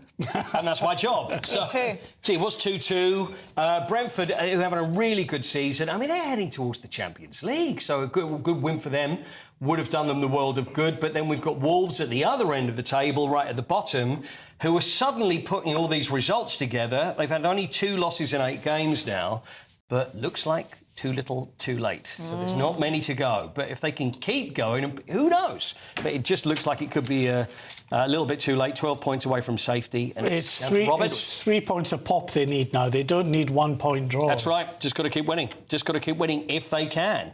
The other thing I wanted to mention is tonight. Now, we've got Champions League this evening. It's the second leg when we get to the round of 16, and for the 6 teams from England that are in it, nobody won last week. So they've got to start turning things around. Now, Arsenal have probably got the best chance. So they're at home to Bayer Leverkusen. They drew 1-1 in Germany, so that's at the Emirates tonight. Mikel Arteta, the manager, looks a bit like Captain Black, as we know from Captain Scarlet. But anyway, this is what Mikel Arteta had to say about the game at the press conference yesterday. Well, very much the same, and watching them play against Bayern Munich at the weekend, very similar. So, again, really well coached, a team with a very clear structure, really good individuals. If not, obviously, we are not in a stage in the competition that we are in right now. So, we know what we have to do, and in front of our crowd, with our people, putting all the energy in the world again, hopefully we're going to do it. Hello, Teta. So that's the game tonight. Chelsea play PSG. Paris Saint-Germain 5-2 down. So that's at Stamford Bridge. And Man City got a very tricky job.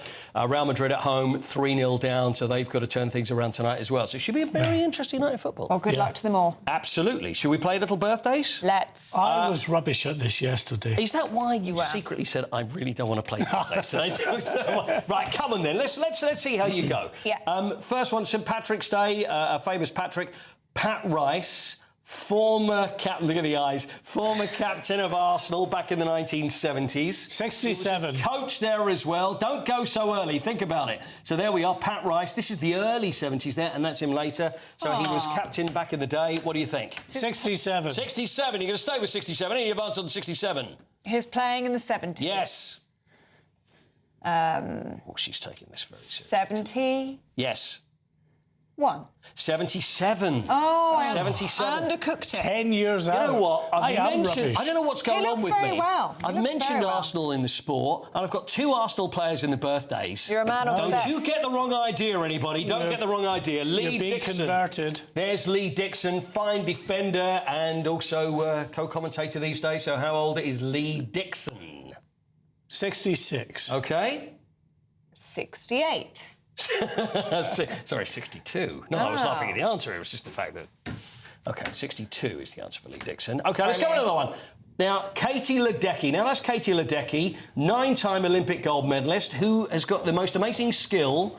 Look, watch this. She won gold medals in 2012, 2016, 2020 and 2024. She won a bronze at the Olympics. She can balance a glass of milk on her head whilst swimming. Now, there's a little... Can we see this, please? Have we got a chance of seeing the... There it is. Now, watch this. This is Katie Ledecky. Now, there we are. Glass of milk on there. Now, that's what balance is all about. Now, I want to see a butterfly. Wow, she actually can do it. Look at that. This was for a milk advert. Only a 34-year-old could do that. Yeah, I'm going to put her in her 30s. Swimmers start young, by the way. OK, I'm going to put her in her 20s. 29. Mark? 34. 29 is the answer. Yes! Right. 29. OK. Did you like my working there as well? Very good. Yeah. Very good. Right, next one. We're going to go... Oh, there's more. Rob Lowe. He's a fine actor. So Almost Fire about last night. Rob Lowe. He was in the West Wing as well, wasn't he? Wasn't the West Wing, yeah. 65. 65 for Rob Lowe. No messing around by you, Mark. Ellie? I think he's younger than that. Yes. 58. 62. And last one, I've got a good feeling about you for this one, Mark. Patrick Duffy. Bobby Ewing from Dallas, and he was the... What was the man from Atlantis? Do you remember that? He's 80. How old is he? Another Patrick for St Patrick's Day. He's 80 today. He's 82. He's 77. There we are. That's it, 77. Sorry. Mark, well, that was nearer than a couple. You were nearer. There's always tomorrow. There's always tomorrow, my friend. That's how I live my life. Thanks, Paul. Cheers. Now, do stay with us. Still to come, the retirement age could go as high as 75. Oh, dear. As birth rates continue to fall, that and much more in the papers with David Wooding and Anna Firth. But first, of course, if you're in search of some holiday sun, here's the forecast. Across Europe. Can't wait to get in that sea. Lovely and warm. Just like the feeling of having great travel insurance. All Clear Travel Insurance sponsors GB News Travel Destinations Forecast. Some stormy weather for the next couple of days for the Azores, Madeira, an area of low pressure bringing wet and windy conditions. Also for the Canaries, we'll see some showery rain moving through. Pretty blustery also for the Algarve. Much of the east coast of Spain, dry, fine and sunny. Plenty of sunshine for Mallorca and Ibiza. Some heavy rain for southern parts of Italy. Big showers across Greece as well. Quite gusty winds here also. Those showers will steadily fade for Santorini as we head towards the weekend. We'll keep some showers in Tenerife. All Clear Travel Insurance sponsors GB News Travel Destinations Forecast.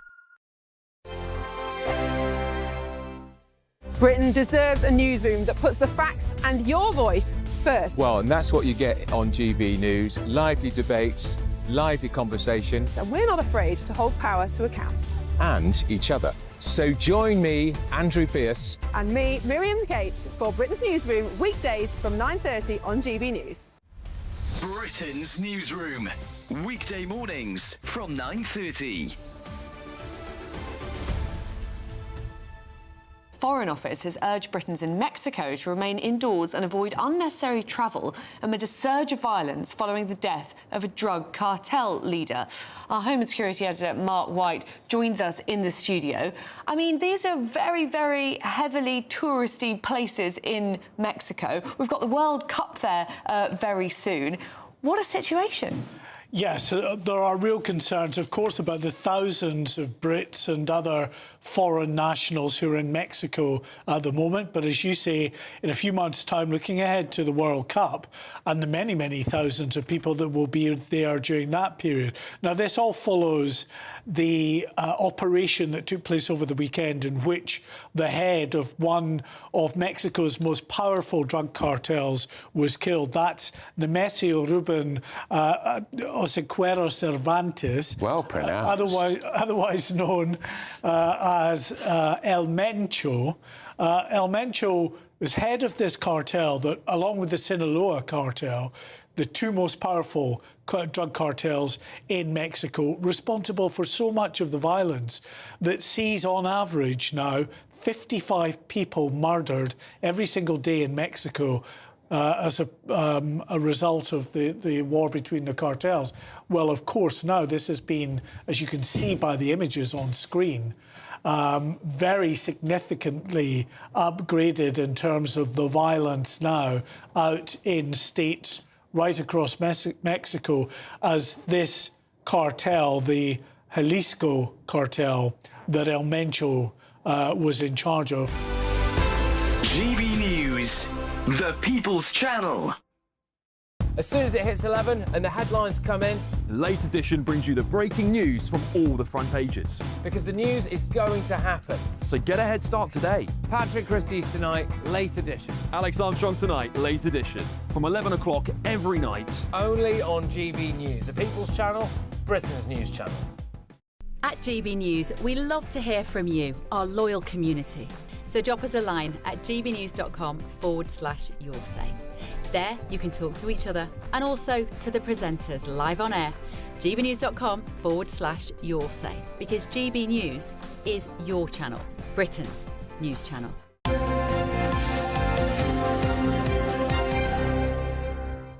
Welcome back to Breakfast. Let's take a look at some newspaper front pages and the Mirror.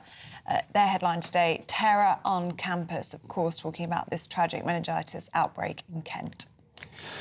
Well, the Eye says the UK is in talks on Royal Navy role in the Gulf to end the oil blockade. The Mail's top feature discusses the UK's meningitis outbreak. And finally, the Telegraph also leads with the story about the race to stop the nationwide spread of meningitis.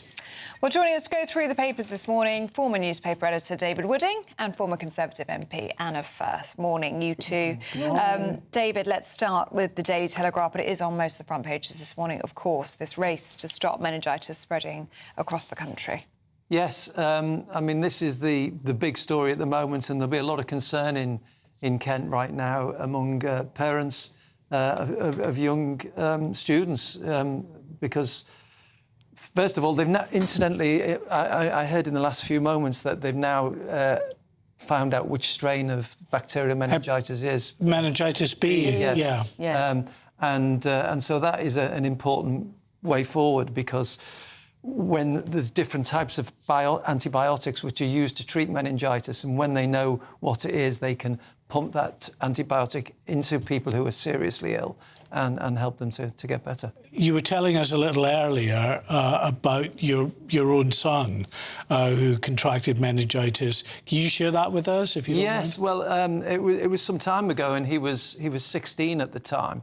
And he was at school, and he was sent home by the teacher because he was feeling unwell. And thankfully, everybody did their job because the school spotted that he was unwell and said, take him to the doctor. My wife rang for an appointment, and there wasn't one, but the doctor, again, did his job and said, bring him in, we'll have a look at him. The doctor acted quickly and said, take him to hospital. And when he got to the hospital, I was called and came home from work. By the time I got to the hospital, he was in a terrible state. And the hospital acted really quickly and said, we're going to send him to a special hospital, King's College Hospital in London. So he was sent by ambulance, and he was in intensive care for a few days. It was right over Christmas. But he made a full recovery because they caught it very, very early. And time is vital. Time is vital. The signs, I mean, we keep hearing about this rash. He didn't just we didn't see this rash on Andrew, who was 16 at the time. He was tired. His neck was... We found towards the end that his neck was a little bit stiff. The rash only came out by the time he was... they were going to do a lumbar puncture on him because to find out what strain of meningitis it was. But when they did the brain scan, the meninges were so badly inflamed that's why they had to act quickly.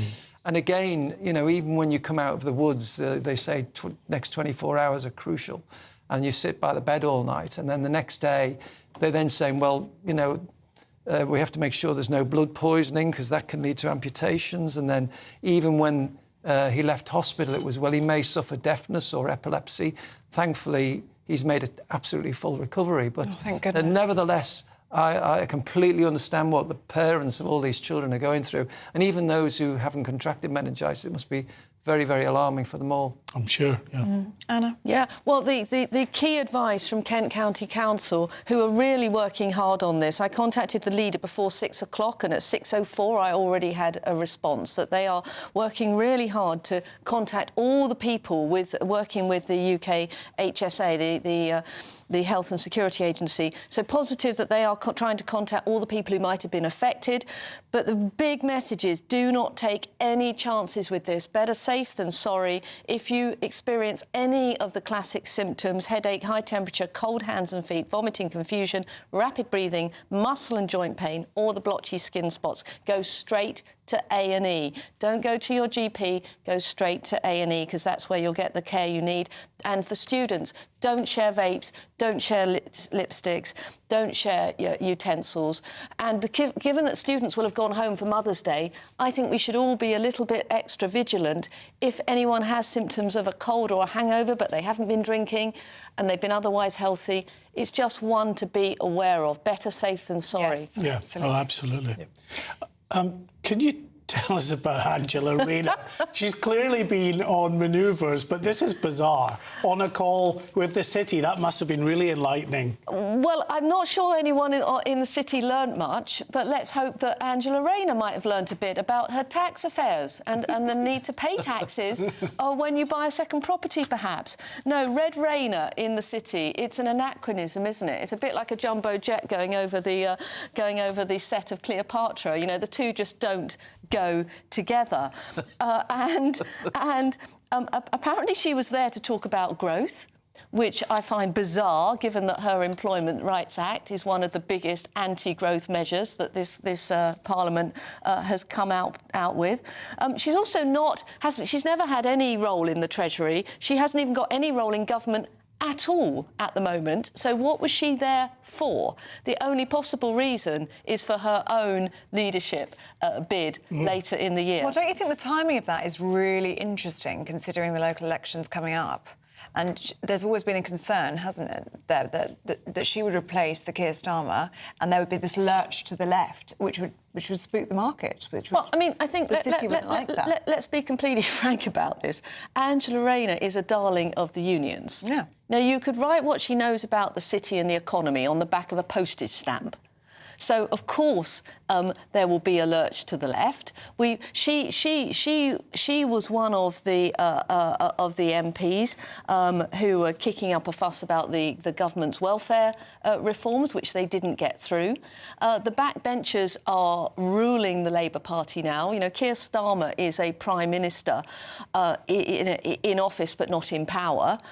And I don't think anyone should be in any doubt with Red Rayner. There will be a lurch to the left. Very damaging for the city. I really don't think this is the place for Red Rayner to be. But she's still got this outstanding investigation with the HMRC, hasn't she, David? Yes, and that seems to be taking an eternity to come back with it. Is it being deliberately slowed down by someone in Downing Street, do you think? Well, possibly, because there are risks of a leadership battle, as we've seen with the Red Queen being in the pink one today on the front of the FT.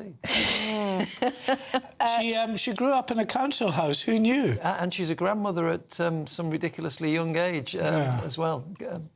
Just like Sir Keir Starmer's dad was a toolmaker. Yeah, we've heard that one a few times, haven't we? Yeah. David, let's have a look at The Guardian, shall we? And the Prime Minister vows that the UK is going to continue to resist US pressure to join the Iran war. Yes, well, Sir Keir Starmer made this speech yesterday to reassure us all about events in the Middle East. And to be frank, I'm none the wiser about what he actually stands for. He says that he won't get involved in offensive action.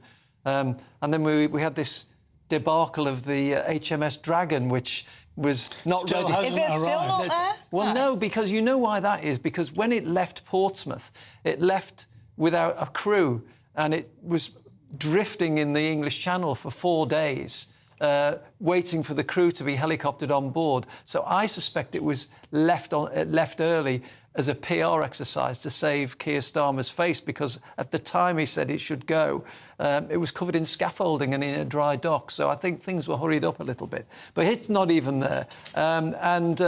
You know, he's given us this £53 million for people who have got oil central heating.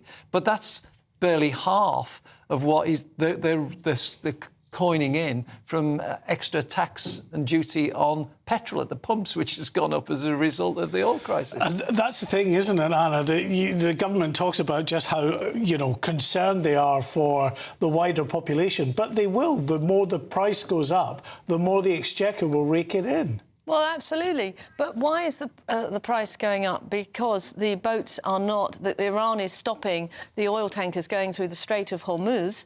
So the best thing that the Prime Minister could do is actually to be supporting the USA to get those boats moving again.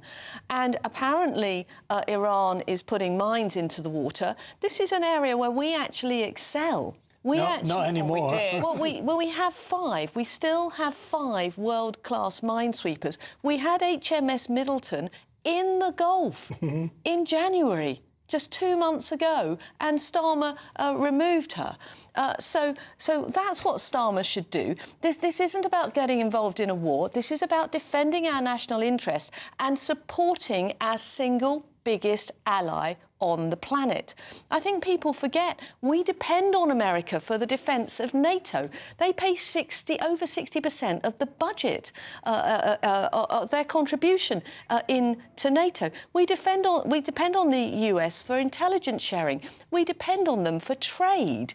They are our single biggest ally, and we should be sending a battleship or more than one to support them in the Gulf. I think what's interesting about this is that Keir Starmer's managed to upset and alienate both sides, both the President for not acting quick enough and those who didn't want him to get involved in the first place. Oh, good point. Yeah. What a mess. David, Anna, thank you very much. This isn't a mess, though, is it? This is very good news. Just time to tell you about the Great British Giveaway. It's a huge prize worth over 92 grand, 25 grand in tax-free cash, and a 4-berth camper van, which you like the sound of. Oh, yes, very much so, yes. Yeah, but you can't get involved, but you can. Here are all of the details that you need. A camper van and cash could be yours in our very latest Great British Giveaway. You could be driving away in this brand new Benavan 122. This 2026 model, worth over £67,000, comes with all of the mod cons you'd expect. Alloy wheels, solar panel, electric step, and plenty of storage space. Plus, it comfortably sleeps 4 people. It's the ultimate home from home. And that's not all, as you'll also get an incredible £25,000 in tax-free cash to boost your bank account this year. It's a prize package worth over £92,000, and it could be yours. For another chance to win a camper van and cash, text prize to 63225. One entry costs £2.50 plus one standard network rate message, or text bonus to 63225. 5 entries cost £5 plus one standard network rate message. Go to gbnews.com/win. Entries start at £2.50. Call 0903 686 3232. Calls cost £2.50 plus your network access charge. Or post your name and number to GB20 PO Box 8690 Derby DE1 9TT. Entrance must be 18 or over. Lines close at 4 p.m. on the 1st of May. The winner may be contacted live after all entry routes have closed. Please check the closing time if listening or watching on demand. Good luck.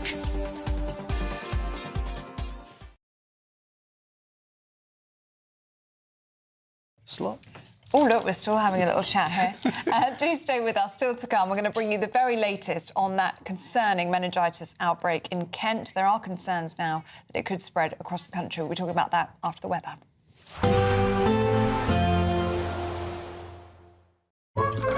Warm and cosy, with a chance of zero visibility.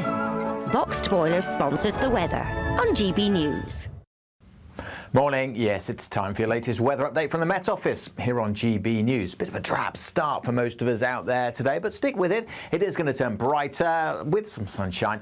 The main exception will be northwest Scotland and the west of Northern Ireland, where not just wet here, but turning increasingly windy. Some drizzly rain elsewhere this morning, but that'll tend to peter out and the skies should brighten. Certainly for most of England and Wales, good spells of sunshine as we go through the afternoon. Still a bit of a breeze blowing, but wafting up some relatively warm air. And there's a bit of oomph to the sun at this time of year, so temperatures easily getting to 14, 15 degrees, maybe a little higher. Feeling a bit cooler than that, though, with the wet and windy weather across western Scotland, the west of Northern Ireland, creeping in towards the Belfast area by the time we get to this evening. East coast of Scotland staying dry, but the wet weather further west could have some heavier bursts mixed in over the hills. Again, probably staying dry in Glasgow until later, and that rain not really reaching here until the overnight period. The rain will creep towards Belfast through this evening, but for most of England and Wales, as I said, it's dry, it's fine. Perhaps staying quite cloudy around the west coast of Wales, and at times some thicker cloud in the far southwest of England. Some of that rain will trickle its way through Belfast and Glasgow during this evening, continuing to kind of peter out as it spreads its way across southern Scotland, something a bit clearer coming into the northwest. The wind's easing down as well after a gusty, blusterous day, and with the clear skies and lighter winds, it's actually turning quite chilly through the heart of England. Eastern England, temperatures well down into single digits. So a fresh start to Wednesday, but a warm and sunny day, certainly for the Midlands, much of England. There will be this cloudier zone over the far north of England, southern Scotland. May even be a little bit of light rain and drizzle early tomorrow, but that should peter out. A brighter day in western Scotland with some sunny spells, and in the sunshine further south, high teens, perhaps western parts of Wales, could get up to 20 Celsius. Warm and cosy, with a chance of zero visibility. Boxed Boilers sponsors the weather on GB News. Thank you to our global community for watching and listening to GB News. We're not only the #1 news channel in Britain, we're chosen by you around the world. Good morning, this is the latest AI travel news from gbnews.com. Please exercise caution on the A9 Forth Road Bridge, where strong winds are making crossing particularly challenging today. On the M4 eastbound, traffic congestion is increasing between junctions 28 and 24 at Coldra, causing delays. In Lancashire, there has been an accident on the M6 northbound, resulting in the closure of 2 lanes. Meanwhile, in Warwickshire, the M6 northbound is completely blocked between junctions 3 and 3A, with 3 lanes shut down. Additionally, Avanti West Coast and Cross Country are experiencing significant service disruptions at Glasgow Central Station. For more travel news, go to gbnews.com. A camper van and cash could be yours in our very latest Great British Giveaway. You could be driving away in this brand new Benavan 122. This 2026 model, worth over £67,000, comes with all of the mod cons you'd expect. And that's not all, as you'll also get an incredible £25,000 in tax-free cash to boost your bank account this year. For another chance to win a camper van and cash, text prize to 63225. One entry costs £2.50 plus one standard network rate message, or text bonus to 63225. 5 entries cost £5 plus one standard network rate message. Go to gbnews.com/win. Entries start at £2.50. Call 0903 686 3232. Calls cost £2.50 plus your network access charge, or post your name and number to GB20 PO Box 8690 Derby DE1 9TT. Entrance must be 18 or over. Lines close at 4 p.m. on the 1st of May. Please check the closing time if listening or watching on demand. Join me, Nana Akwe, for an informative, interactive news programme with a difference. It's fun. No, he didn't say that, Dave. I'm so surprised. I think there's an element of truth to that. Join me from 3 p.m. every weekend, only on GB News, Britain's news channel. Breaking news, live updates, stories that matter. From the heart of the GB newsroom to every corner of Britain, with our team of dedicated journalists across the UK. GB News bulletins are there to deliver the latest news that matters to you. Bulletins on GB News, the People's Channel, Britain's news channel. Britain deserves a newsroom that puts the facts and your voice first. Well, and that's what you get on GB News. Lively debates, lively conversation. And we're not afraid to hold power to account. And each other. So join me, Andrew Pierce. And me, Miriam Gates, for Britain's Newsroom, weekdays from 9:30 on GB News. A really important thing about GB News, and it's brought something completely different to the landscape. The mainstream is all about keeping the status quo as it is, ticking along quite nicely. They don't want to ask difficult questions. GB News exists because there is a desperate need for fearless journalism that puts the people first. GB News came on the scene as a disruptor, and it has always been a disruptor ever since. Journalism in this country has been a cosy world full of groupthink until now. Well, the reality is that most British journalists are afraid. That's not GB News. Journalism is journalism at the end of the day, and we're not here to serve any masters. Our masters are our audience. We're here to talk about things in a way that have never been broadcast on British airways before. Do not miss a moment on GB News. The #1 news channel in the country.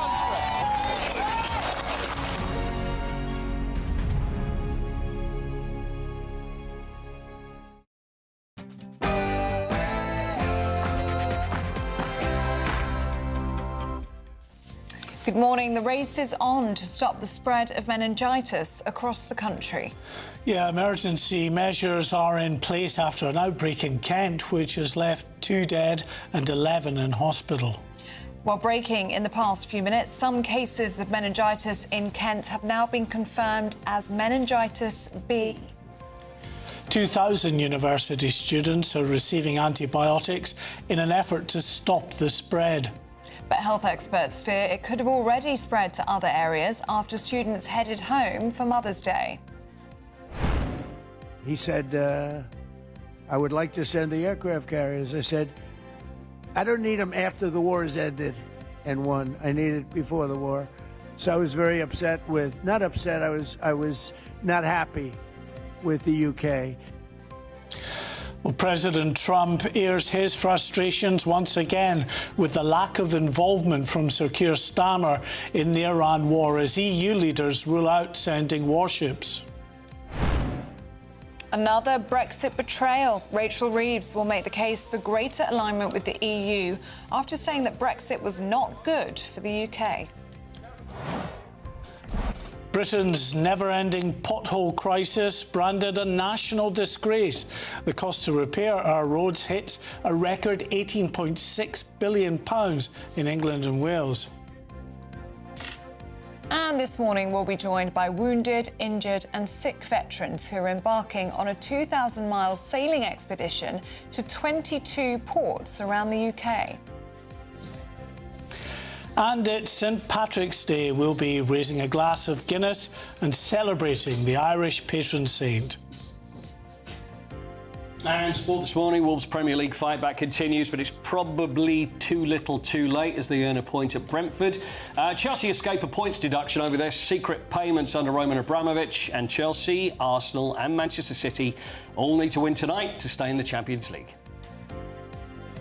It's a bit drab out there for most of us this morning, and there will be some rain in the west of Scotland and the west of Northern Ireland, but most of us will turn sunnier today, and it's going to be even warmer tomorrow. Join me later for a full forecast. Good morning, it's just gone 8 o'clock. I'm Ellie Costello.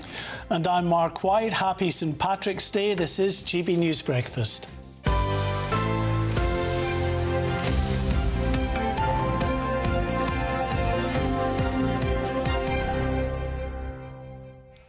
Well, let's kick things off, shall we, with politics and speak to the Conservatives and Shadow Work and Pension Secretary Helen Whatley, who joins us this morning. Very good morning to you, Helen.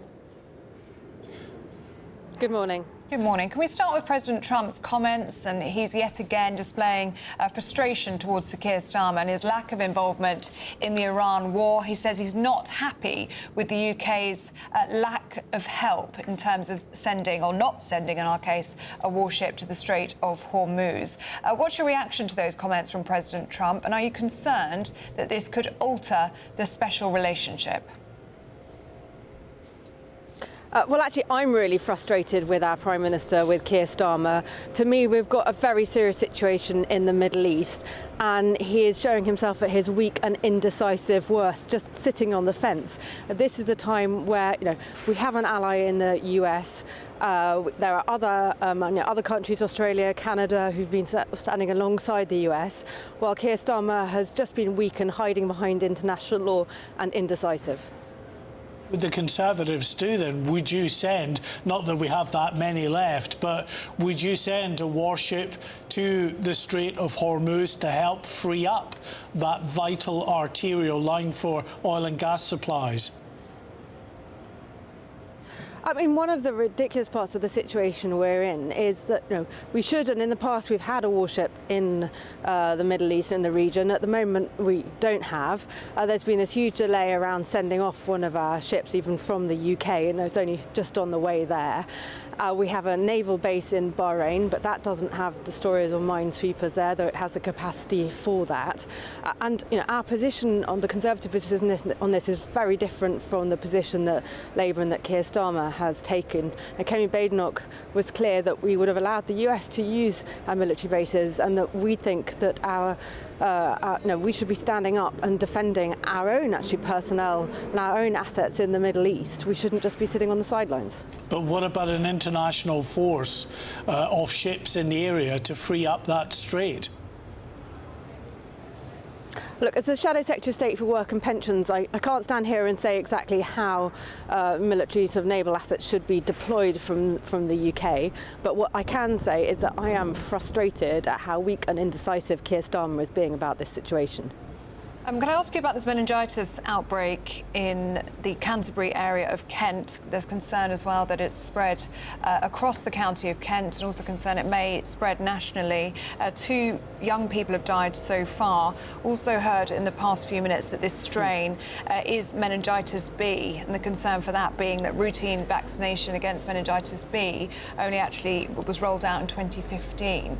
So these young people that we're talking about that are at university would not have been covered. How concerned are you about this, and what needs to be done moving forward? Yeah.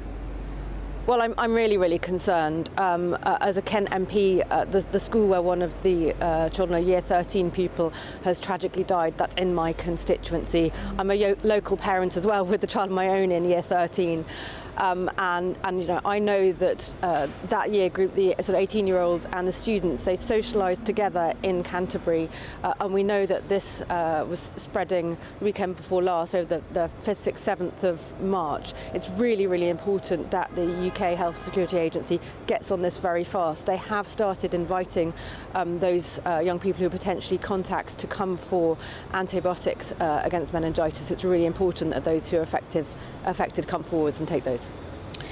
Can I ask you about an issue that is firmly within your wheelhouse, personal independence payments?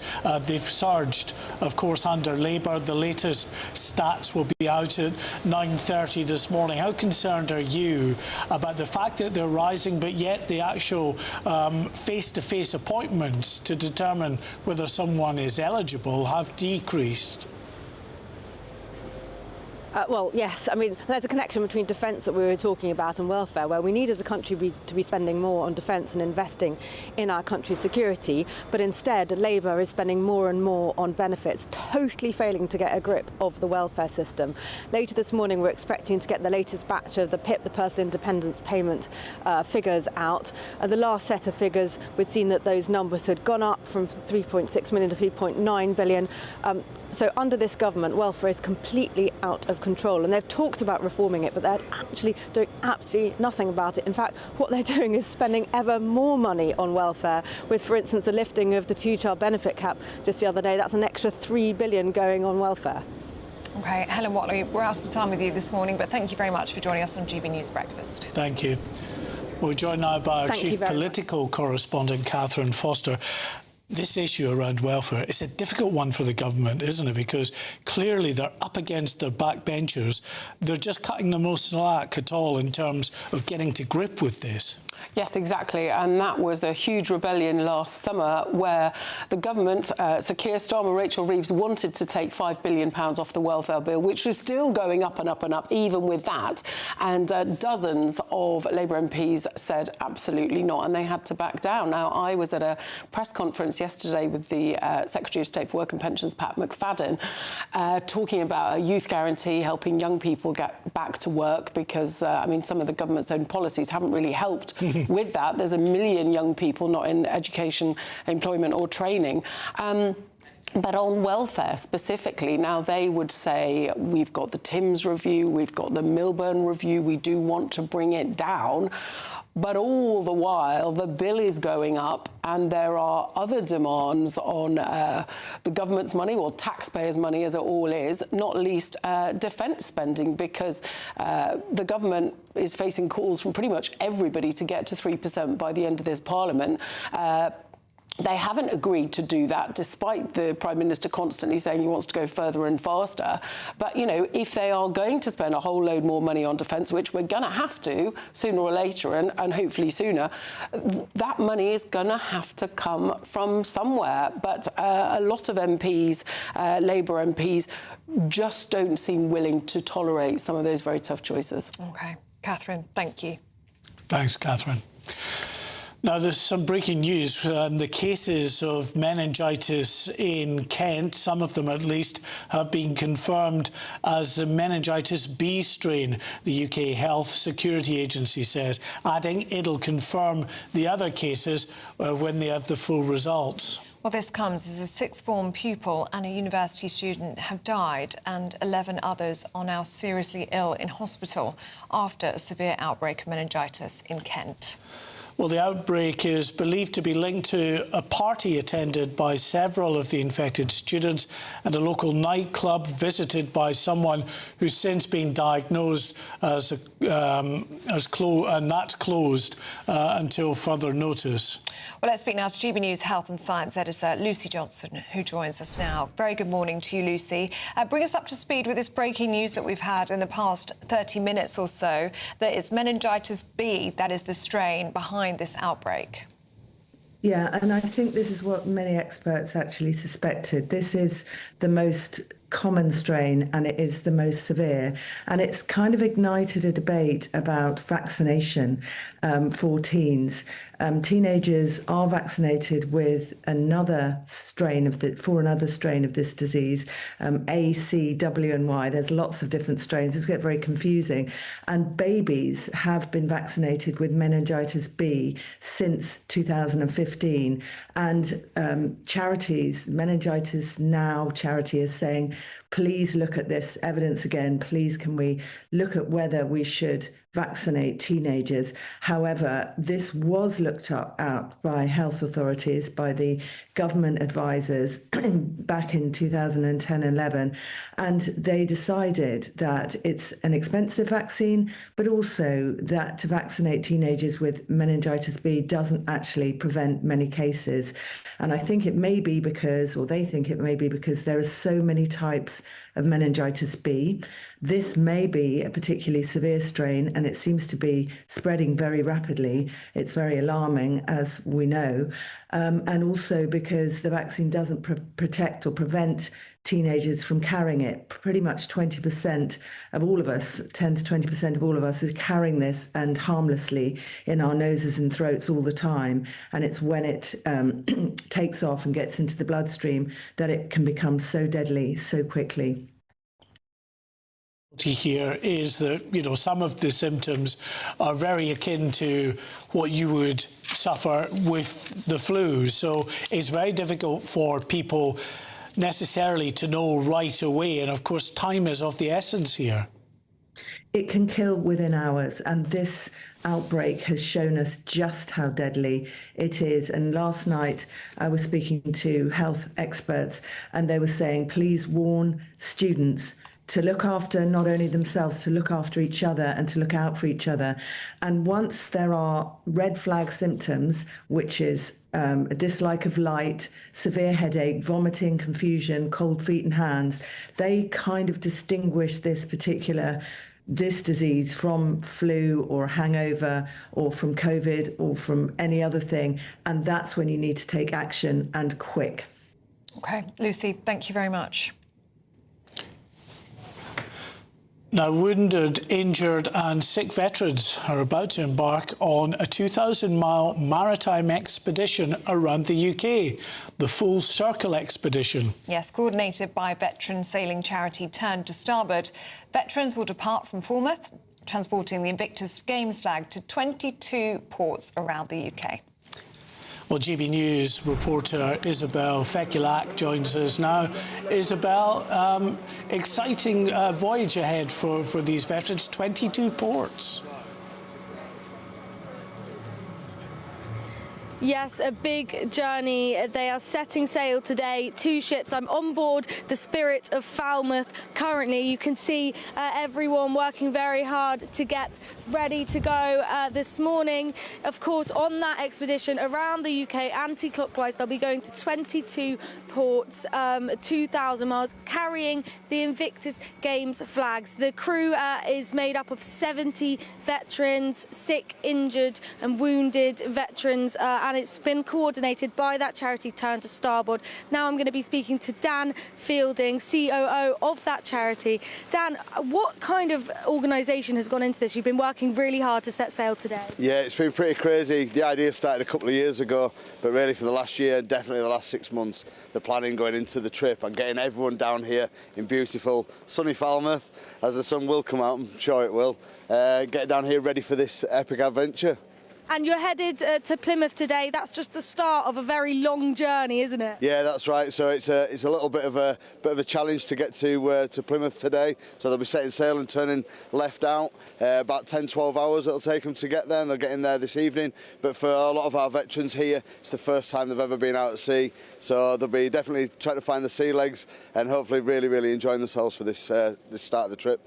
Now, what does it mean for kind of those veterans who get to go off on this expedition carrying as well the Invictus Games flag? I mean, what an honour. Yeah, so it is double-ended really. So it's an honour to take the Invictus flag around for the start of the Games next year.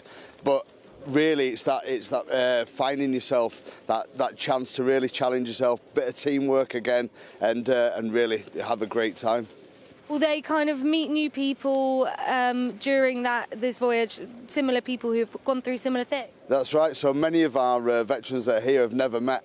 So they've met when they've come down yesterday. We had a welcome do, got to know each other, and throughout this trip they will get to know each other quite well, and that teamwork will really go into it.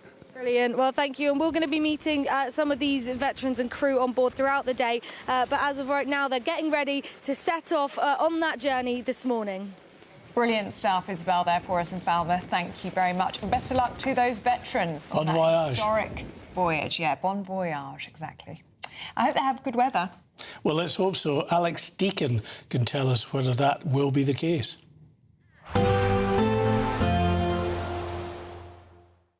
Expect warm spells with the odd rude interruption. Box Boiler sponsors the weather on GB News.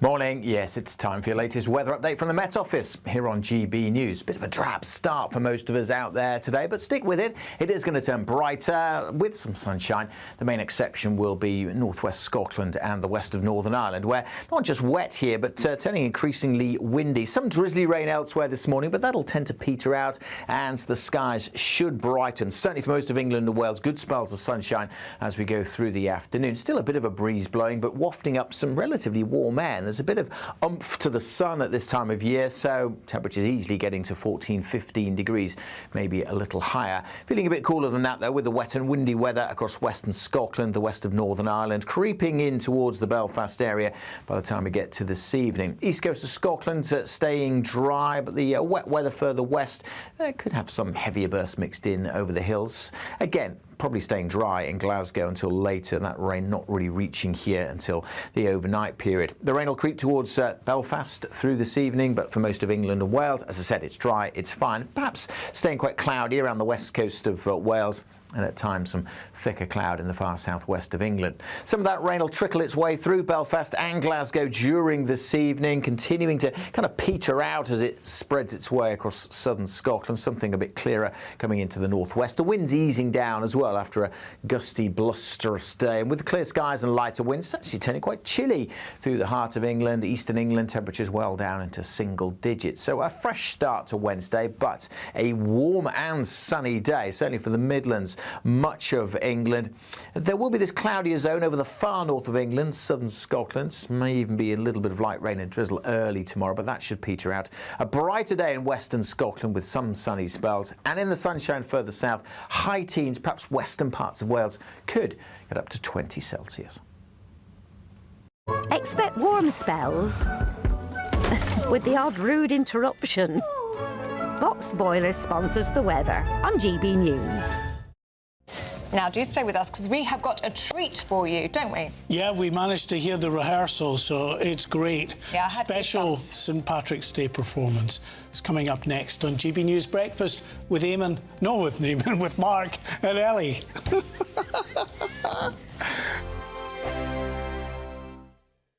Exciting news. Every Friday, my Patrick Christie's Tonight Show is going to have a twist to it. We're welcoming some special guests. You. That's right, on Fridays I'm going to be doing my show in front of a live studio audience because this show is about you and what you have to say. It's going to be the same big debates, same big topics, same big opinions, but every Friday night at 9 p.m. you are invited to come on down to Patrick Christie's Tonight to be a part of the action. Only on GB News, the People's Channel, Britain's news channel. Britain's Newsroom, weekday mornings from 9:30. There are at least 500 dumps currently in the British countryside, and there's a massive one, which we've been at this morning for GB News in Wigan. It's been dubbed the most dangerous of its kind in the country, and it's on land partially owned by King. It stinks. It's attractive. It will be a magnet for rodents, rats. Look at that. You just think. If you're listening on the radio, it is. Well, how high would you say that is? Well, 18 foot high. Concept, but yeah, at least metres and metres, and you can understand. If you died in that, you'd be dead. You would. Wouldn't recommend it. You can understand. Wow, it's taller than the trees. It is taller than the trees. It's taller than a JCB. How on earth did this happen? Well, joining us now from the dump itself is GB News national reporter Sophie Reaper. Sophie, we've just been saying how you can understand fly tipping, people dumping the odd bin bag or piece of furniture, but how do you go from that to this enormous piece of rubbish dump? It's disgraceful. I think that's the question on the lips of a lot of the local residents in this area, Miriam. People asking how and why this has been allowed to happen and why nothing's been done about it. We got the chance to speak exclusively to the owner of one of those houses, whose house is right there, his garden backs right onto it. Here's what he had to say. Well, down here, you've forgotten. The council ignore it. They just skirt around the edges of it, doing nothing. When they cleaned up the one in Oxfordshire, they said they're only cleaning that one up because it was a fire risk. This has already been on fire once. It cost over £500,000 to put the fire out, and it's going to happen again. So, but just by their own standards, I think they should clear it up. If it costs £3 million, it costs £3 million. GB News, the People's Channel. Hi, I'm Michelle Dewberry, and my show is your opportunity to cut through all the noise and dive in headfirst to some robust debates. Ideas clash. Situation, isn't it? No, because the failure is you're deliberately avoiding my point. Nothing's held back, And if you think this is the end of it, wait for more. and we do not shy away from the difficult stuff. Sometimes I want to shake people and say, if only you understood. So join me on Jubes and Co weeknights at 6 p.m. only on GB News, Britain's news channel.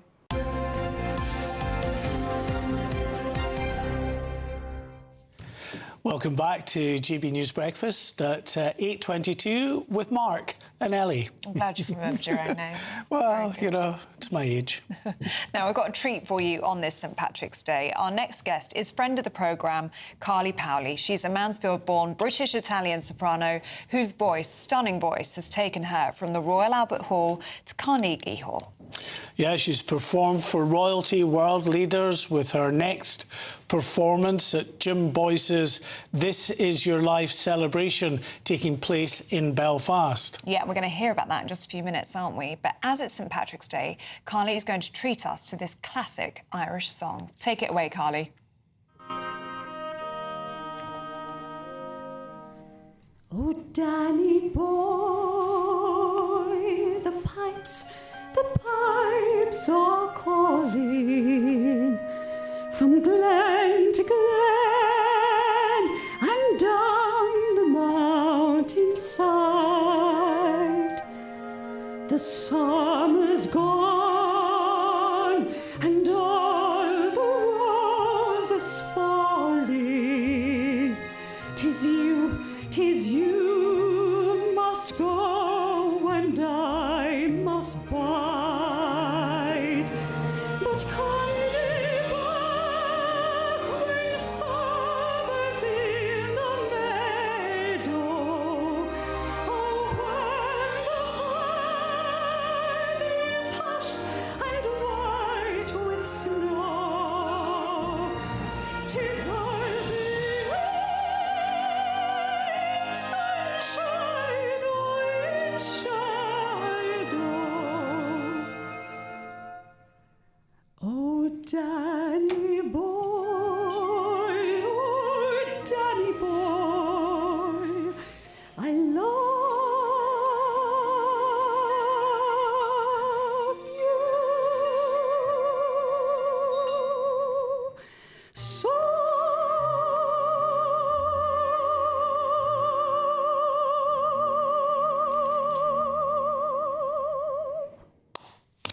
Oh, Carly, that's just stunning. Absolutely beautiful, Carly. Always gives me goosebumps. I have to say, that left me quite emotional. I've got Irish blood in me. You have as well, I know. Oh, Mark, that's You so must lovely. have some Irish blood in you then, I think, Carly. I think I'm an honorary member of Northern Ireland because I've sung quite a lot in Belfast for Northern Ireland matches versus Italy or more recently Germany. So I sort of feel adopted by the Gower. And That was a stunning rendition, You're I have to absolutely say. stunning, Carly. One of the best. And we have you on GB News quite often now, don't we? Because we love your voice so much. But that was truly stunning. Oh, thank you so much. And you're actually headed to Belfast later on this week, aren't I you? am. Saturday I'm flying out, so it's a special celebration of Jim Boyce, as you mentioned. I'll be performing for the likes of Pat Jennings, Sammy McIlroy, Wow. Lady Mary Peters, so it's going to be really exciting.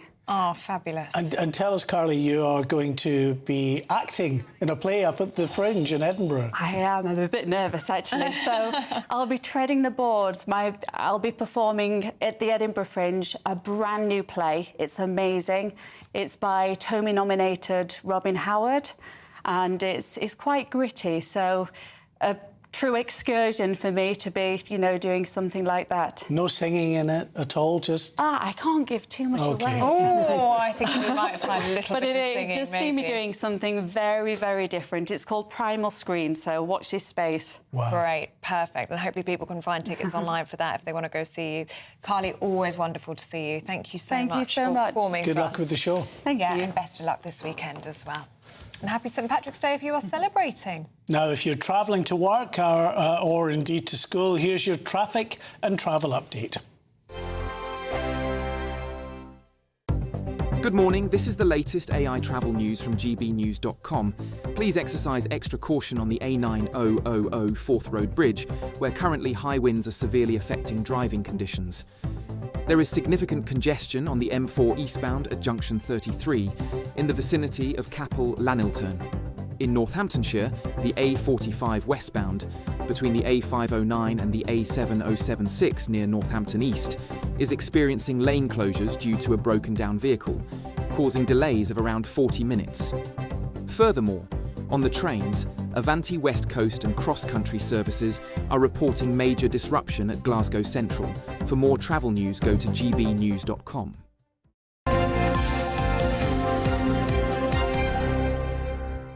Oh, I'm still getting over Carly's performance. Just incredible. Beautiful, isn't it? Yeah. We're already thinking what she can do for St George's Day. I have put in a request for Jerusalem. Oh, that would be such a cracker. Wouldn't it? Now, that would make you cry. We'll speak to the bosses, see if we can make that happen for you. Yeah, we'll let you know how we get along. Now, do stay with us. Still to come, British #1 Emma Raducanu has withdrawn from this week's tournament after an illness. We'll tell you more with Paul next.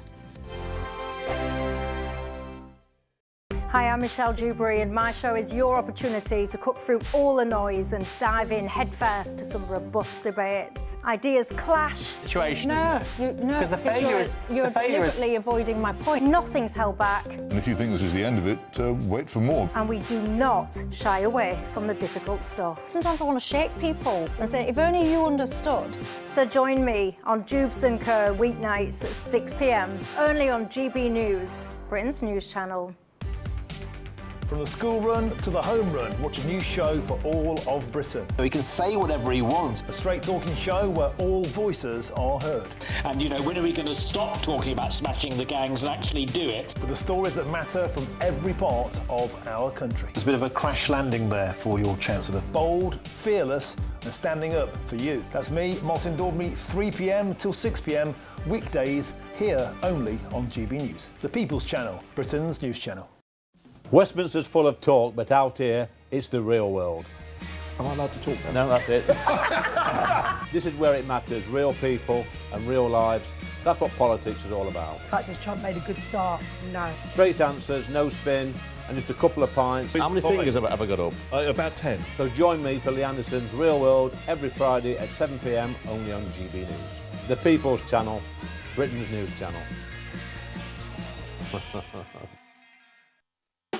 You want to know what's really going on in the corridors of power? Labour don't know what to do with you half the time, and that makes you quite lethal in the chamber. Get behind the headlines with Chopper's Political Podcast. Join me, Christopher Hope, as I sit down with the great and the good of British politics. We'll see where this ruling takes us. These are the stories shaping our nation. Chopper's Political Podcast, available now on all platforms. Listen in and stay ahead. Britain deserves a newsroom that puts the facts and your voice first. Well, and that's what you get on GB News. Lively debates, lively conversation. And we're not afraid to hold power to account. And each other. So join me, Andrew Pierce. And me, Miriam Gates, for Britain's Newsroom, weekdays from 9:30 on GB News. As soon as it hits 11 and the headlines come in, the late edition brings you the breaking news from all the front pages. Because the news is going to happen. So get a head start today. Patrick Christie's tonight, late edition. Alex Armstrong tonight, late edition. From 11 o'clock every night. Only on GB News, the People's Channel, Britain's news channel. At GB News, we love to hear from you, our loyal community. So drop us a line at gbnews.com/yoursay. There, you can talk to each other and also to the presenters live on air. gbnews.com/yoursay, because GB News is your channel, Britain's news channel.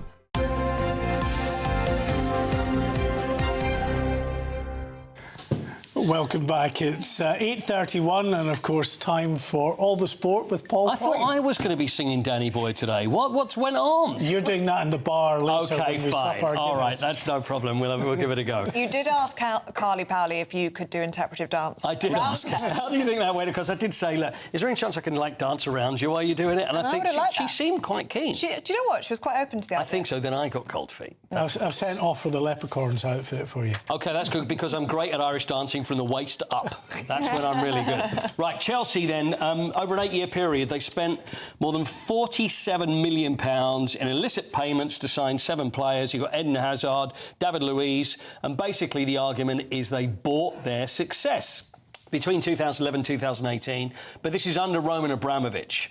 So all money went to agents, scouts, sporting directors, players. They won a lot during that time. So is it fair, and should there be an asterisk just next to the name, which I think is probably going a bit far? But there are other clubs who have also had fines and also had points deductions. Now, I think their saving grace is, well, they've actually ended up with a fine, £10.75 million. Sounds like a lot of money to a football club that's very rich. It's actually affordable to football clubs, isn't it? That's so, yeah, I'll pay cash right now. So there's also a 9-month ban signing academy players, suspended first-team embargo, but that's suspended.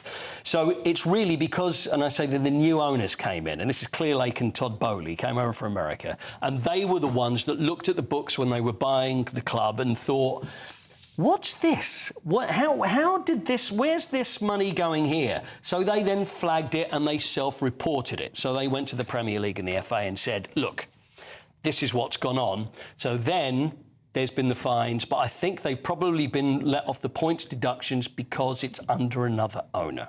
And because they were honest enough to self-report I think so, but... It's consistency, and this is the thing with football. We've seen Sheffield Wednesday, they're in a state, their owner's now gone, but they might have to now take another points deduction over what's gone on before. So it's a tricky thing to go through. And also, we've got Manchester City, because those 130 charges, this is 8 years since they were first brought up, 3 years since the charges were made, and 15 months since the hearing concluded. But we still don't know what's going to happen with that.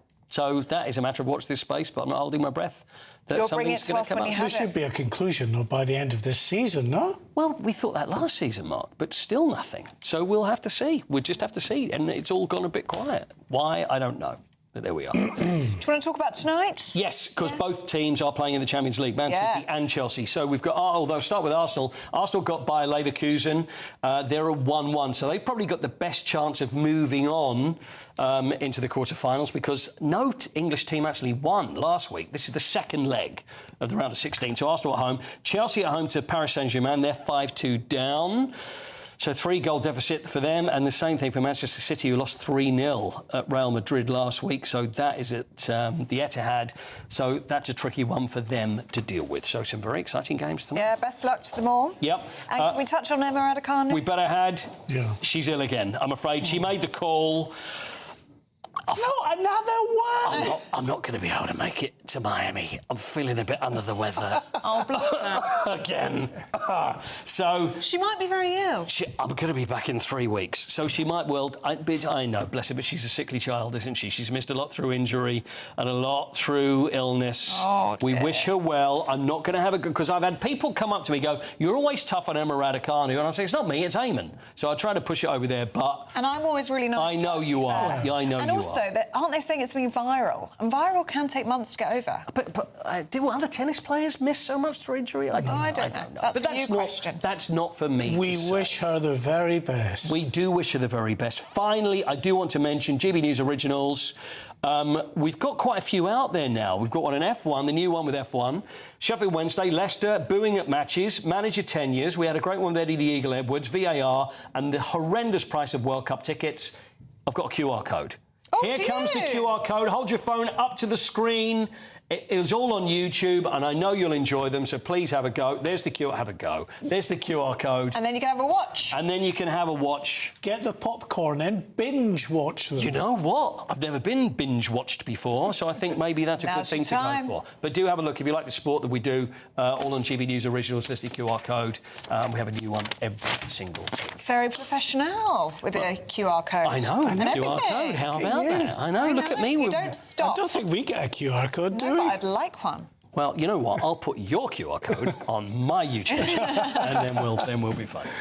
Thanks, you, Paul. See you tomorrow. Enjoy your Paddy's Day. Thank you. Do stay with us. Still to come, we'll be going through the papers and talking about Prince Louis topping the mischief list for Dennis the Menace's 75th anniversary. King Charles is also on that list, isn't he? Yes, he is. I think so, yes. I wonder if he likes being on that list. Well, there's that and more in the papers with David Wooding and Anna Firth. There they are. Look at them getting stuck right into the papers so they know exactly what they're going to say. Yeah, see you in just a second, you two. But first, if you're in search of some holiday sun, here's the forecast across Europe. Dinner under the stars tonight? That reminds me of our travel insurance. You mean all clear skies? All Clear Travel Insurance sponsors GB News Travel Destinations forecast. Some stormy weather for the next couple of days for the Azores, Madeira, an area of low pressure bringing wet and windy conditions. Also for the Canaries, we'll see some showery rain moving through. Pretty blustery also for the Algarve. Much of the east coast of Spain, dry, fine and sunny. Plenty of sunshine for Mallorca and Ibiza. Some heavy rain for southern parts of Italy. Big showers across Greece as well. Quite gusty winds here also. Those showers will steadily fade for Santorini as we head towards the weekend. We'll keep some showers in Tenerife. All Clear Travel Insurance sponsors GB News Travel Destinations forecast. Westminster, the ultimate clique. And you're fighting like rats in a sack. But here on the Camilla Tominey Show, we ask the questions the establishment media is too scared to ask. OK, let me ask you a straight question, because I know you're a straight-talking politician. Whether it's net zero, illegal immigration or law and order, nothing is off limits. You had the power then. Yeah, as I and say, now you've lost it. That's the Camilla Tominey Show, a politics show that's fearless. But no, let me finish my question if you don't mind, because it is my show. Sundays at 9:30, only on GB News, the People's Channel, Britain's news channel. This is GB News, Britain's news channel. Yeah, that's got a bit of a smell. A birthday fit for a Queenie. My name was Queenie Robinson. Everybody wants to know about my name. Is it a real name? Is it a nickname? No, it's not. It's on my birth certificate. My father forgot what I should have been called, and I've never found out since. But the name didn't stick, and Queenie quickly became known as Robbie after signing up to join the RAF. Robbie served in the Women's Auxiliary Air Force in a bomber command, despite still being 17. She said, "You are 18, aren't you?" I said, "Oh, yes, I'll be 19 in February." Biggest lie out. I was only 17. She sort of gave me an old-fashioned look. She didn't believe me, I know. Her first love, Frank Vincent, also served in the war. There's Frank, yeah. And that's his aircraft, the Lancaster. Aged 21, he flew in the Lancaster bomber. But just months before they were due to get married, Frank was killed in action. Robbie has kept Frank's love of aviation alive, flying a Spitfire, aged 101. I had a male called James as my pilot, and he said, "Do you want to do a victory roll, Robbie?" So I said, "Oh, yes." So we turned turtle sort of thing, and there was me sort of sitting there looking at pink clouds upside down. In December, Robbie took to the skies once again, this time without an engine, in a glider, aged 102. This week, Robbie is celebrating her 103rd birthday. My friend suggests that my next ambition is to jump tandem out of a plane. GB News, the People's Channel. As soon as it hits 11 and the headlines come in, Late Edition brings you the breaking news from all the front pages. because the news is going to happen. So get a head start today. Patrick Christie's tonight, Late Edition. Alex Armstrong tonight, Late Edition. From 11 o'clock every night. Only on GB News, the People's Channel, Britain's news channel.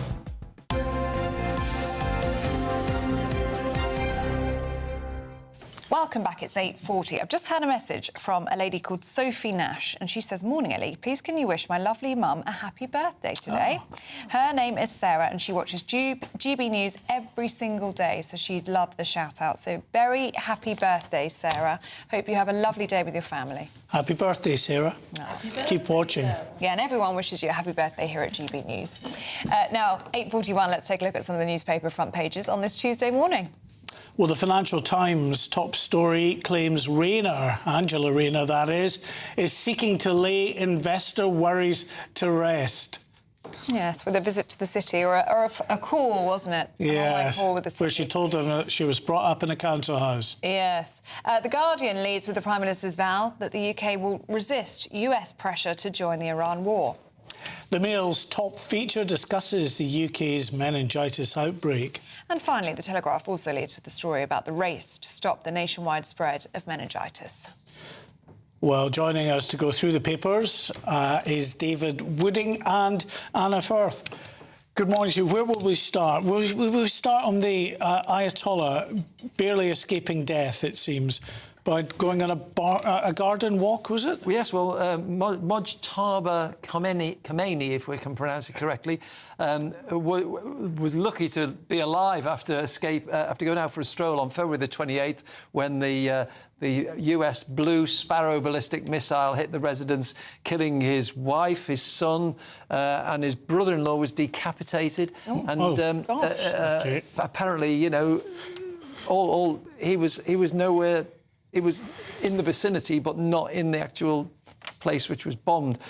Now, there's a mystery over what his state of health is. There was reports that he's lost a leg, but the regime have come out and said that, no, he suffered a minor injury to the leg. There's also suggestions he's in a coma. But the truth is we haven't heard anything from him.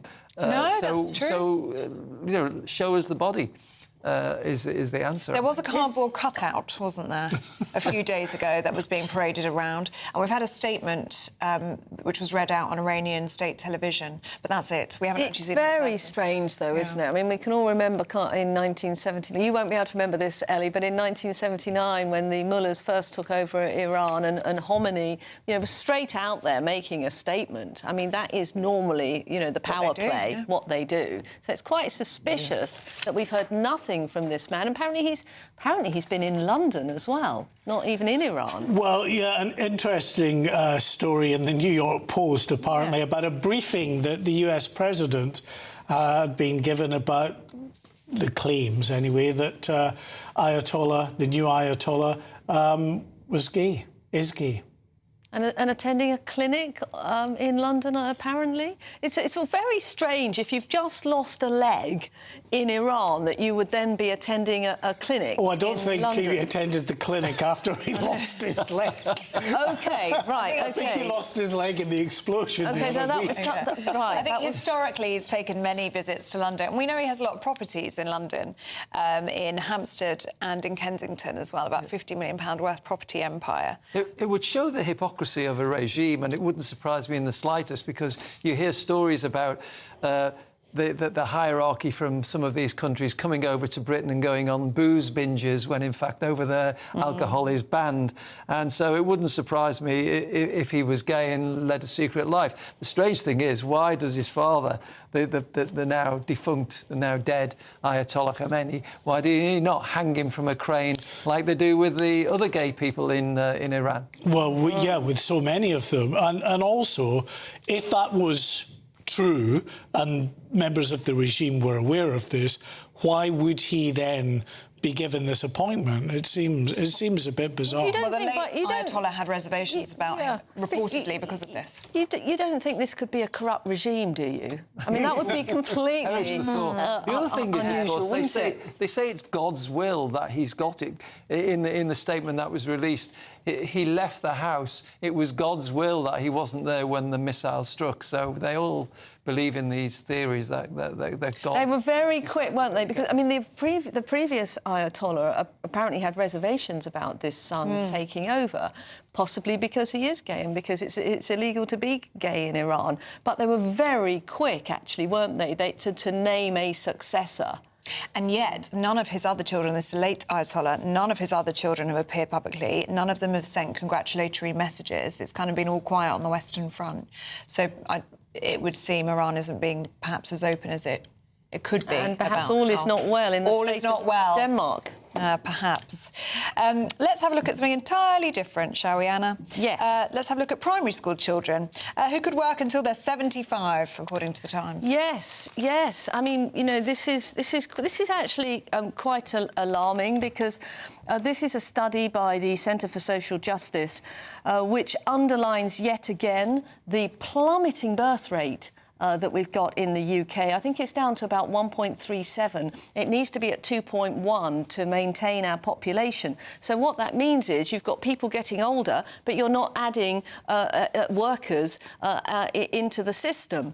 So therefore, the only way to maintain your ageing population is for the workers to work for longer. And for primary-aged children, they are estimated now they'll have to work until 75. Now, the average age of male expectancy in this country is currently 79.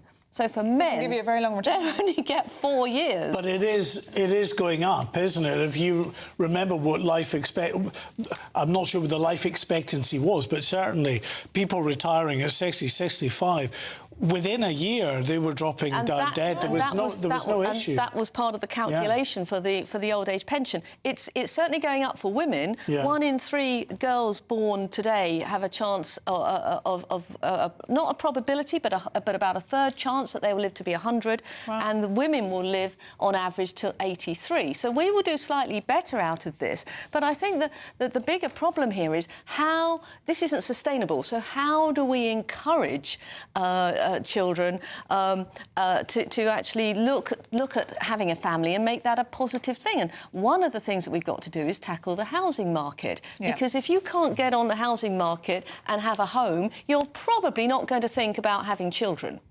So you're going to have your children that much later, and then you might have 1 or 2, but not have 3, which people were having in the 60s. So scrapping stamp duty, I think, is a very good thing. But personally, I think we should look at some of the things that Margaret Thatcher did. Certainly when I got my first mortgage, I got Myra's tax relief on the first 30,000 of my mortgage. Now, that would probably now be goodness knows what, that'll probably be over 100,000. But we need to incentivise and help young people to get on the housing ladder. David?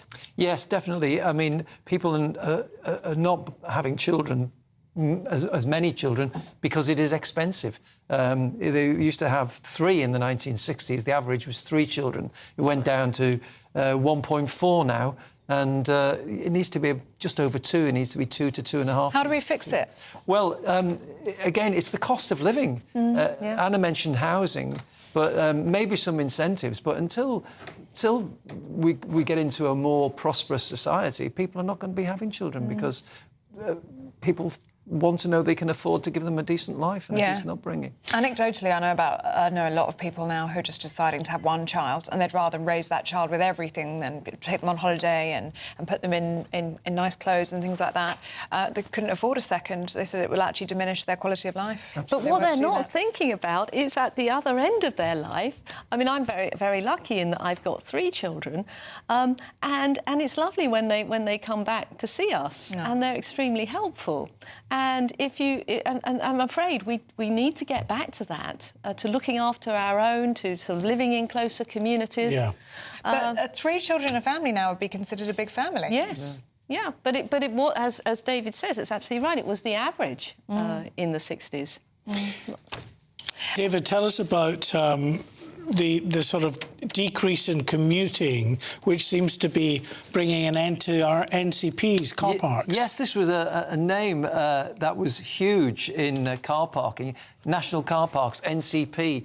It once had 500 car parks. It basically had 70% of every car park in the city. It was a huge name. It was started in the 1930s, built in the craters of bombed sites in London.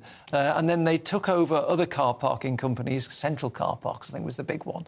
And then they ended up doing the buses at the airports. They had Green Flag, the breakdown service. And petrol forecourts were run by the same company. And this, the yellow sign of NCP was everywhere. It's going down the pan now. It's finished because people are not going into work, working from home. So they say. I think that one of the reasons NCP is going down is because they are robbers and thieves. The amount that they charge for allegedly. Allegedly, but on in the Daily Mail today, they report that a grandfather was given £100 penalty charge in Darlington in an NCP car park for parking for 14 minutes. And that turned out to be an error. So good on him that he challenged it. But it is outrageous. It is exploitation and extortion, in my opinion, for a car park to be able to be issuing penalties that large. Well, I'm not actually surprised by this news because I don't know if it was just me, but I would actively avoid an NCP if I was in a town centre or a city centre because of the sheer cost of it. I'd rather park, on the if I was in Southend, for example, I'd rather park on the beachfront. But there should be free parking in town centres. This is half of the problem with the state of our high streets, is it's so expensive to park. Well, even the council car parks are going up because the local councils are not getting enough support from the government. They're not making enough from the council tax. They're trying to put a limit on how that rises. So we're all being squeezed everywhere. But take an example like Lee Broadway. It's a fantastic, thriving high street, often voted by the best one in the UK. Free parking for the first 2 hours. Well, it needs to be to get people there. So we should just add that I'm sure that NCP would deny that they're exploiting motorists, just for the record. Yeah. David, Anna, thank you very lawyers. much. Here's the giveaway.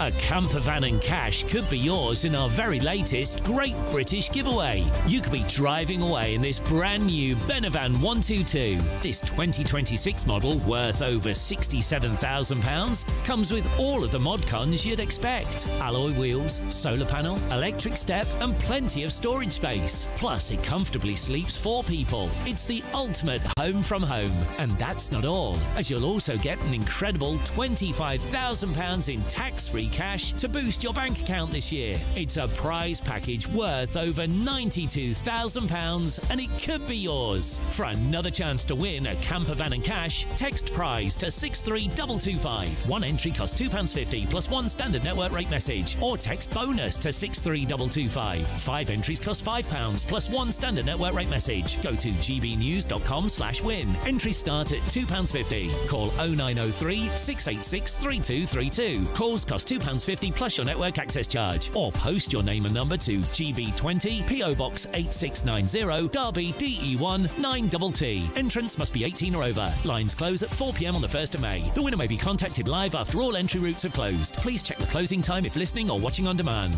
Good luck.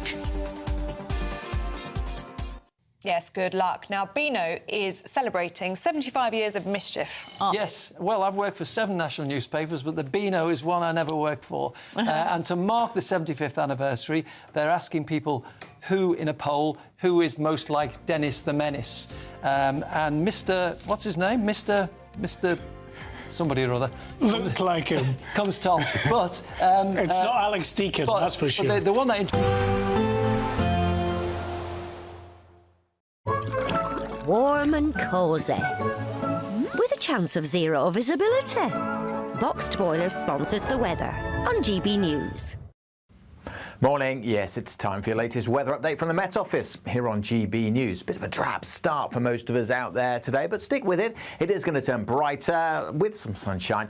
The main exception will be northwest Scotland and the west of Northern Ireland, where not just wet here, but turning increasingly windy. Some drizzly rain elsewhere this morning, but that'll tend to peter out and the skies should brighten. Certainly for most of England and Wales, good spells of sunshine as we go through the afternoon. Still a bit of a breeze blowing, but wafting up some relatively warm air. And there's a bit of oomph to the sun at this time of year, so temperatures easily getting to 14, 15 degrees, maybe a little higher. Feeling a bit cooler than that, though, with the wet and windy weather across western Scotland, the west of Northern Ireland, creeping in towards the Belfast area by the time we get to this evening. East coast of Scotland staying dry, but the wet weather further west could have some heavier bursts mixed in over the hills. Again, probably staying dry in Glasgow until later, and that rain not really reaching here until the overnight period. The rain will creep towards Belfast through this evening, but for most of England and Wales, as I said, it's dry, it's fine. Perhaps staying quite cloudy around the west coast of Wales, and at times some thicker cloud in the far southwest of England.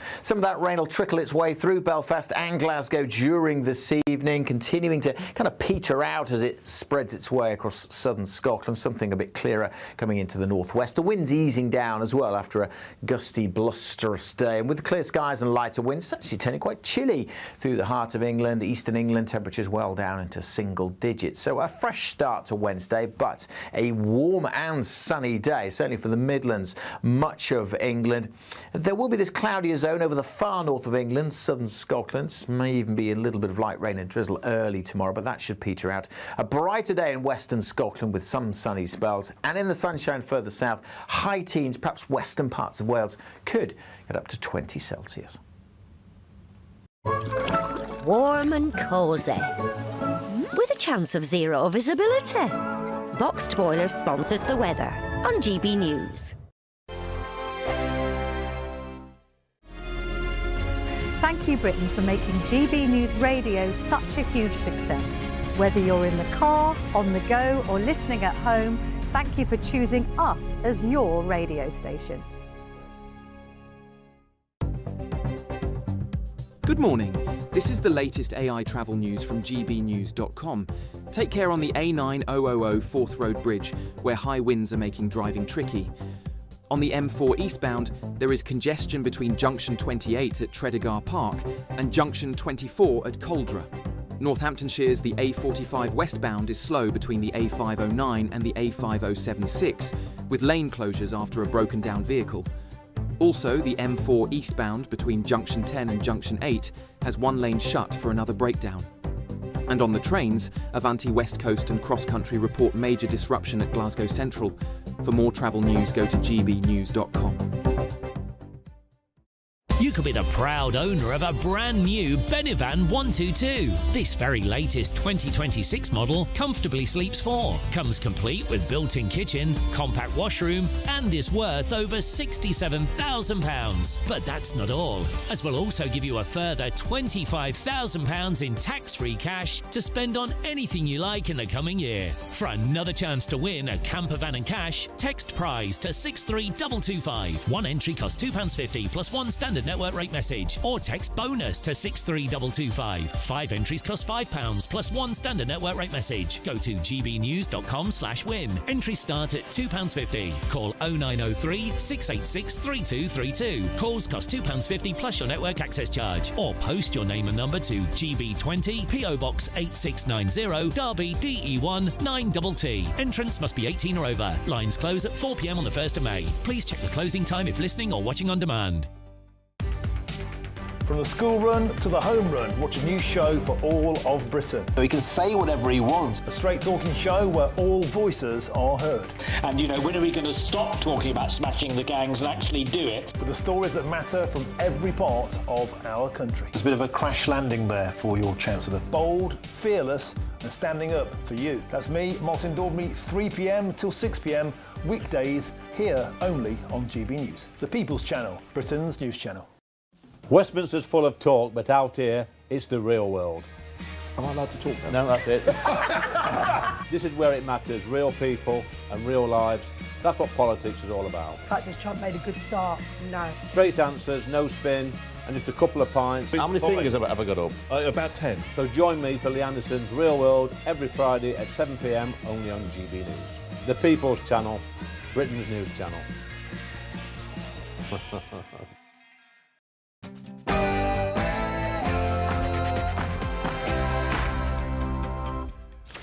Good morning. The race is on to stop the spread of meningitis across the country. Yes, emergency measures are in place after an outbreak in Kent which has left 2 dead and 11 in hospital. Well, breaking this morning, some cases of meningitis in Kent have now been confirmed as meningitis B. 2,000 university students are receiving antibiotics in an effort to stop the spread. But health experts fear it could have already spread to other areas in the country after students headed home for Mother's Day. He said, I would like to send the aircraft carriers. I said, I don't need them after the war has ended and won. I need it before the war.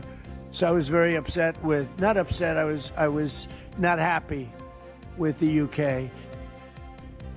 Well, President Trump has aired his frustrations once again with the lack of involvement from Sir Keir Starmer in the Iran war, as EU leaders apparently rule out sending warships. Another Brexit betrayal. Rachel Reeves will make the case for greater alignment with the EU after saying that Brexit was not good for the UK. Britain's pothole crisis branded a national disgrace. The cost to repair our roads hits a record £18.6 billion in England and Wales. This morning, we're joining wounded, injured and sick veterans who are embarking on a 2,000-mile sailing expedition to 22 ports around the UK. Here in Falmouth, the crew are on board, getting ready to embark on the journey of a lifetime. They'll be leaving here within the next hour. And bon voyage to them. And it's St Patrick's Day. We'll be raising a glass of Guinness and celebrating the Irish patron saint. It's a bit drab out there for most of us this morning, and there will be some rain in the west of Scotland and the west of Northern Ireland, but most of us will turn sunnier today, and it's going to be even warmer tomorrow. Join me later for a full forecast. Good morning, it's just gone 9 o'clock. I'm Ellie Costello. And I'm Mark White. This is GB News Breakfast.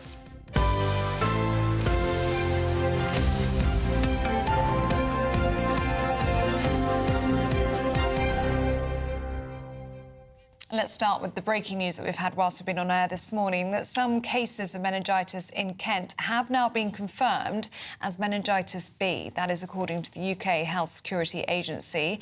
They added that they will confirm the other cases when they have the full results. Well, it comes as a sixth form pupil and a university student have died, and 11 others are seriously ill in hospital after a severe outbreak of the disease in Kent. Well, let's speak now to GB News national reporter Will Godley, who joins us now. Morning to you, Will. And just bring us up to speed with this breaking news this morning. There's confirmation that at least some of the cases are meningitis B. What does that mean? Well, this is one of the particular strains of meningitis confirmed in some of the cases as meningitis B. And a number of university students are vaccinated against different strains of meningitis, but unfortunately in this outbreak, B is not one of them. The meningitis B vaccination programme was introduced for babies in 2015, so if babies were getting it from them, the oldest people vaccinated against this particular strain will now be around 11 years old, but late teens and university students, unless they've been vaccinated privately, won't have that protection, which perhaps is why we've seen this outbreak in Kent. The UK Health Security Agency, though, saying this morning that this current outbreak, is very much contained in the local area in Canterbury and Kent, and we're not seeing this spread more widely. And they've also been questioned about this precautionary antibiotic programme that they're rolling out, because scenes yesterday of incredibly long queues, students, all of whom perhaps, been told to get this antibiotic. Maybe they had been at this nightclub, Club Chemistry in Canterbury, or perhaps they had been in close contact with someone presenting symptoms of meningitis. People were saying, well, perhaps you shouldn't get them all together. That's just going to perhaps make more cases of this, spread the disease. Well, they were saying, the UK Health Security Agency, this disease really requires very close, prolonged contact or intimate contact, such as kissing. So perhaps continuing with this antibiotic programme that they've rolled out now in more places in Kent, 4 places now, as they want some 2,000 people who have been at this nightclub, Club Chemistry in Canterbury, over 3 particular days, the 5th, the 6th and the 7th of March, all to come forward for antibiotics. OK, Will Godley, thanks for bringing us the very latest. Now, at 9:05, President Trump has yet again criticised the UK's response to the Iran war, mocking Sir Keir Starmer's reluctance to help secure the Strait of Hormuz. I was very upset with, not upset, I was not happy with the UK. I think they'll be involved, yeah, maybe. Well, we want to know, do you have any minesweepers? Well, would rather not get involved, sir. I said, for 40 years we're protecting you and you don't want to get involved in something that is very minor? Well, the US president has been urging NATO allies to send warships to help escorting ships through the Strait of Hormuz. He's warned it would be very bad for the future of NATO if they fail to do so. Well, attacks by Iran have effectively blocked the strait for the past fortnight. So Keir Starmer says it's not an easy task, but he's working with allies on a viable plan. Well, GB News chief political correspondent Catherine Forster joins us now. Morning to you, Catherine. And to be fair to Sir Keir Starmer here, he's not alone in not wanting to send a warship to the Strait of Hormuz. Most of Europe is saying the same thing right now. But it's Sir Keir Starmer that President Trump seems to be particularly annoyed at. Is that because of this special relationship which he feels has been effectively broken? It feels to me like a very toxic divorce, because the Prime Minister worked so hard on this special relationship. They were the oddest odd couple, this former human rights lawyer and this real estate guy. And yet it was really odd. Very senior people in Number 10 told me that Donald Trump would ring up the Prime Minister when he was making dinner, when he was watching the football, and that they genuinely got on really, really well. How times have changed, because now it does feel like Sir Keir Starmer is being singled out. Yesterday, Donald Trump described the UK as having been the Rolls-Royce of allies, but he's very unhappy with us. And it is a bit curious. OK, definitely it was a misstep for us not to have sent assets in the build-up to this conflict beginning for defensive purposes. But the Prime Minister is really in the same place in terms of action now as the rest of Europe. Kaja Kallas, the EU's top diplomat, yesterday said this is not Europe's war, but Europe's interests are directly affected by what's happening in the Strait of Hormuz. But other countries haven't said, oh, yes, yes, we'll send. They are thinking about it. They are wondering how to navigate getting ships through, but they aren't just blindly going, yes, Donald, no, Donald, whatever you say, Donald. But I think it's curious because, like Emmanuel Macron in that press conference yesterday, he gave Emmanuel Macron an 8 out of 10. Now, the French were obviously quicker to be there defending Cyprus on the island. But previously, Donald Trump has had a more standoffish relationship with Macron. I mean, I remember once him saying, oh, poor Emmanuel, he really doesn't have a clue what he's doing. So it is very curious, but we have had a massive fall from grace for sure. Yes. Thank you very much indeed, Catherine. Thank you, Catherine. That was one of the best lines yesterday from President Trump, wasn't it? Giving an 8 out of 10 to France, because they're French and they can't be perfect. Well, indeed. OK, wounded, injured and sick veterans are about to embark on a 2,000-mile maritime expedition around the UK, the Full Circle expedition. Well, our reporter Isabel Fekulak is in Falmouth for us this morning and can tell us all about it. Morning to you, Isabel. Good morning from Falmouth, on board the Spirit of Falmouth ship as well, one of 2 that are setting out on this voyage, going anti-clockwise around the UK, 22 reports. The crew is made up of 70 veterans, wounded, injured and sick, and they are getting ready now to go. The excitement is starting to bubble up. It's about 10ish. They'll be heading off from the harbour here, so definitely starting to feel that excitement as they set off on this journey. And I'm joined now by Captain Lee Hazard. I mean, tell me a bit about how the preparation that's gone into this. It must be quite the feeling finally setting sail after all this organisation. Yeah, I mean, this is an incredible day for us. So 2 years in the making to get us here, but of course the journey for us started as we dropped the flag in Vancouver in February 2025, and we took it across the Atlantic with the Canadian ship Ville du Québec. It then joined our warship HMS Prince of Wales, sailing around the world as its global deployment before it came back to the UK this winter. It now joins us here in Falmouth for our next adventure, full circle circumnavigating the UK. And as you can feel the sense of the build-up, the crew, the activity, the excitement, the individual stories told collectively, this is going to be an incredible adventure. And of course, this is one of our very first ones before we take the flag to its final journey in the NEC in July 2027. Brilliant, thank you very much. Well, they'll be setting sail today. We'll be seeing them go off this morning, so stay on board with us on this journey. All right, Isabel, thank you so much. We'll stick with you throughout the morning. OK, we're joined now by the Exchequer Secretary to the Treasury, Dan Tomlinson. Thanks very much indeed for speaking to us this morning. Can you tell us, first of all, about this concerning outbreak of meningitis in Kent? How concerned are you about the potential for this to spread further than just the boundaries of Kent? It is, of course, very concerning, and my heart just goes out to the friends and the families of those two young people who've sadly lost their lives because of this outbreak. The Health Security Agency has said that at the moment it thinks that there are 11 other cases. Of course, the government is working really hard on this, the Department of Health and the HSA, as I said.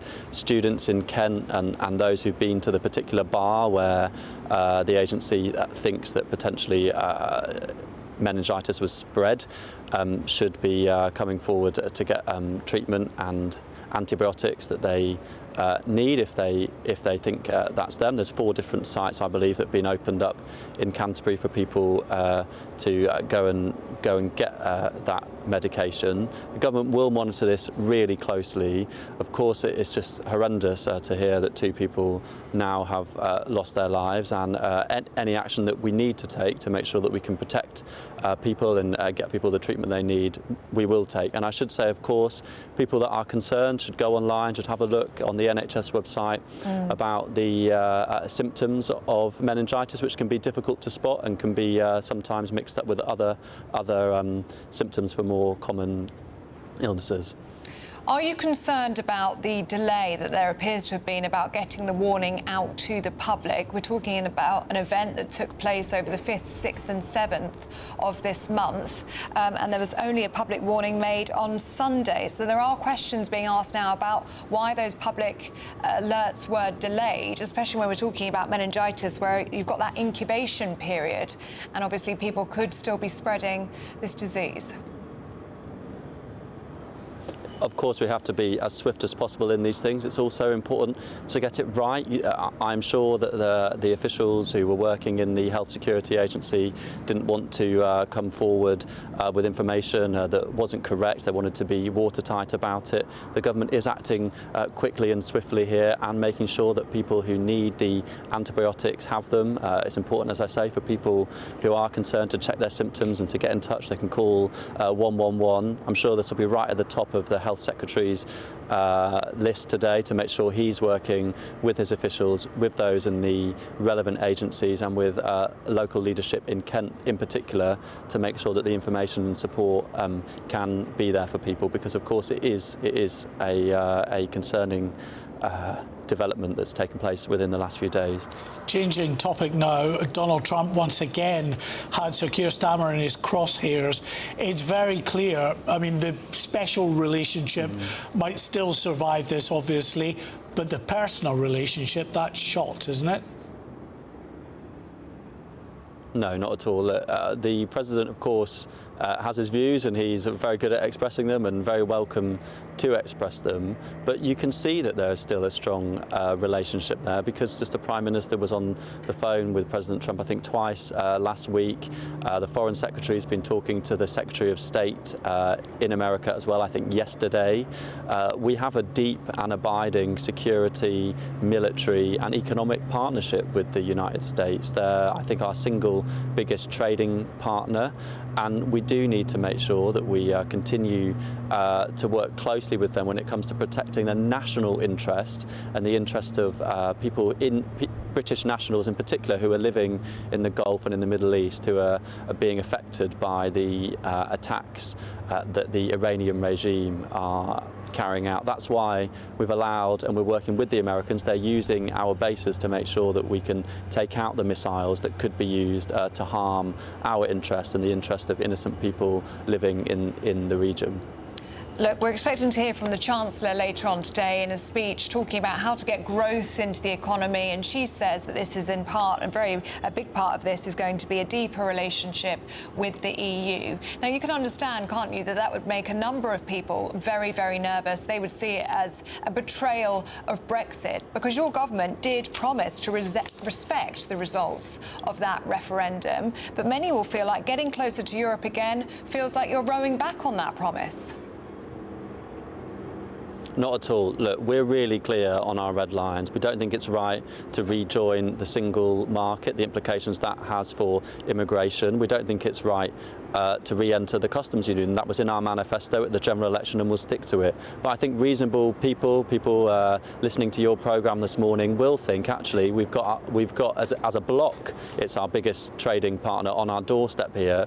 What can we do to make sure that we don't have unnecessary friction at the border that adds costs? And for example, we are working hard on a food standards deal with the EU that will mean that we can have cheaper prices and more availability of products in our supermarkets. All of the big supermarkets have said that they want us to make progress on that, because yes, we did vote to leave the EU, and I personally very much respect that decision that the British people made 10 years ago, but we've got to make sure that where we can, we deepen and improve our relationship with our partners. Yeah, I'm sorry to cut you off, but we need to get to a break. Sorry, Dan Tomlinson. Time now for the Great British Giveaway, which is worth over £92,000. Yeah. Huge sum.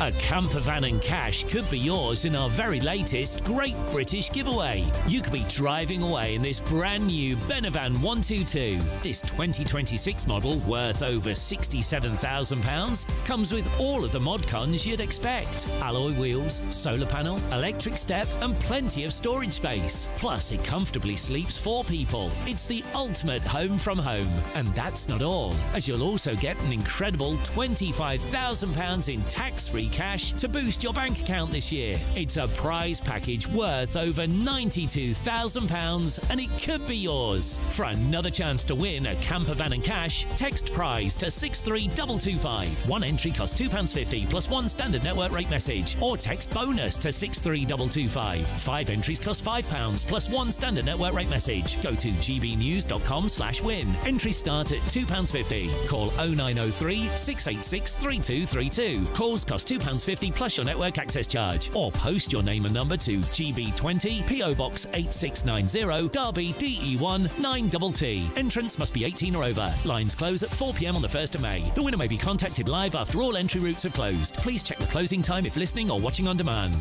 Good luck. Yes, good luck. Now, we've been waiting all programme for this, haven't we? Yes, indeed. Well, I haven't really. I don't like the taste of Guinness, but hey-ho, I'll give it a go. Yeah, we're going to be celebrating St Patrick's Day with a classic, Guinness. That's next.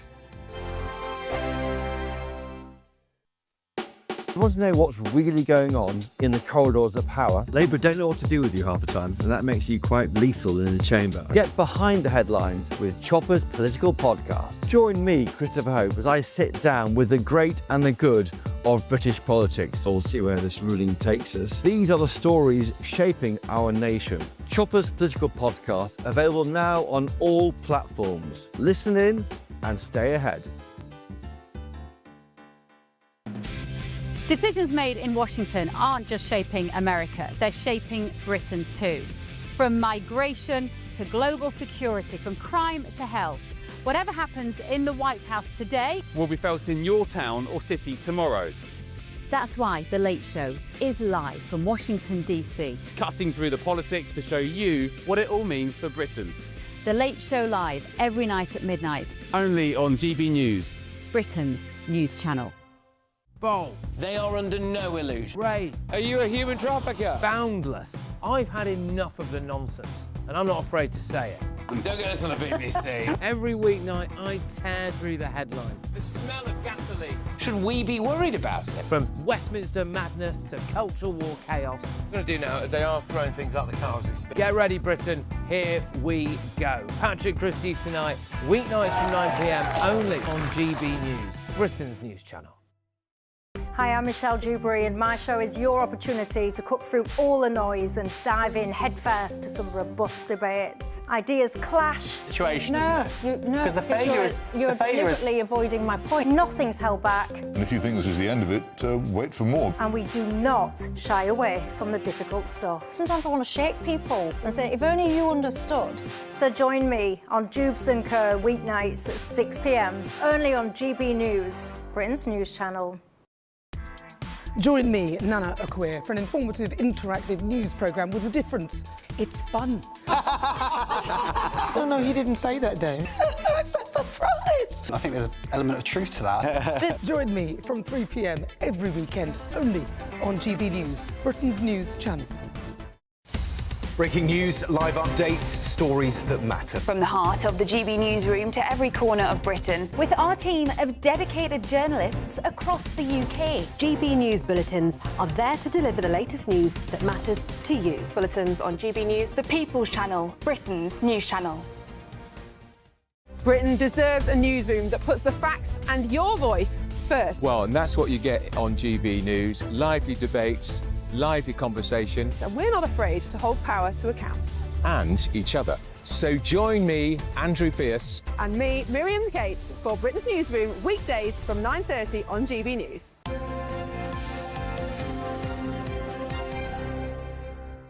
Welcome back. And happy St Patrick's Day. Well, happy St Patrick's Day, yeah. Still in the can at the moment. We've got our cans of Guinness in front of us. Did you know that approximately 13 million pints of Guinness are consumed all around the world on St Patrick's Day? Yeah, absolutely. 13 million. I did. It's very popular. Yeah, not with you. Not in the White household, no. But I'd be tempted by Guinness and black. But let's speak now to a man called the Guinness Guru. There's very few things that he doesn't know about Guinness, and we're delighted to be joined by him now, Dara Curran. Very good morning to you, Dara. And we hear from our gallery team that you're already sipping on a pint of Guinness. Hate to break it to you, lads, but I'm on the real stuff here. Coming at you from the Beck's Pub in Cushinstown, County Meath, about 30 minutes from Dublin. Happy St Patrick's Day to you and yours. Enjoy the cans, yeah? Happy St Patrick's Day. Never too early to start. We're going to join you now. We've got our cans here. Just give us a tip for the best way to pour our Guinness. Okay, when you open it, you might have a little mini explosion. Tilt the glass to 45 degrees. Yep. Is that That's about about right? 40. Yeah. That's about 46. That's about 46, I think. 45 degrees, and just lash it in. There's nothing with cans. So you just go lash in it in. you go in at speed. Yeah, 100 miles an hour. All right, okay, here we go. Because when you're pouring a pint in a pub, if you want, absolutely, a pint in a pub, it's all about this two-part pour and this, that, and the other. With the cans, I've just found through multiple experiments at home, especially through the pandemic, it was just a case of lash it in and it settles a lot quicker. And you then might you have a lot of bubbles. Rest. Yeah, you got to wait until it goes fully black. Although the myth, it's actually technically ruby red. There's one for you. Oh, yours is settling. Yours is definitely taking longer to settle. Yeah, why Anyway. is it all settled? Well, you know, because I'm just an expert Guinness pourer. Well, clearly. Dara, mine's has gone fully black, so I'm just going to have You're a ready sip to of rock. mine just now. Happy St Patrick's Day to you. Happy St Patrick's You Day, Dara. too. Thank you for joining us, and thank you for teaching us how to pour a pint. Sláinte. Sláinte. Happy St Patrick's Day. Right, well, as if by magic, we have another Down two. in one. Of course, you've got Irish blood in you as well. Well, I certainly have. At least 50%. At least 50%. Oh, that is We now know delicious. that my birth name is Connolly. So there we are. So cheers. Happy St Cheers. Patrick's Day, everybody. So, And I've had a St Patrick's Day card from my Irish family. Oh, isn't that How lovely is that? lovely? That's so nice. Isn't that nice? Oh, that is Really lovely, nice. It's yeah. a lovely celebration, yeah. Oh, well, happy St Patrick's Day if you are celebrating today. What have you two got coming Got a up? big reform announcement today. We've got Nigel Farage, Richard Tice and Robert Jenrick all together, and they are unveiling a national competition which is all to do with your energy bill. It's a blatant election bribe. Well, it's a but it's going to be talked little about treat. a lot.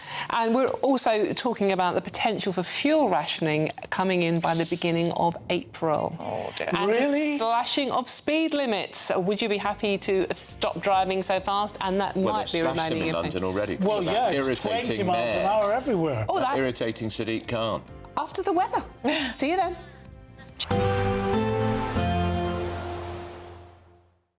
Expect warm spells with the odd rude interruption. Box Boiler sponsors the weather on GB News.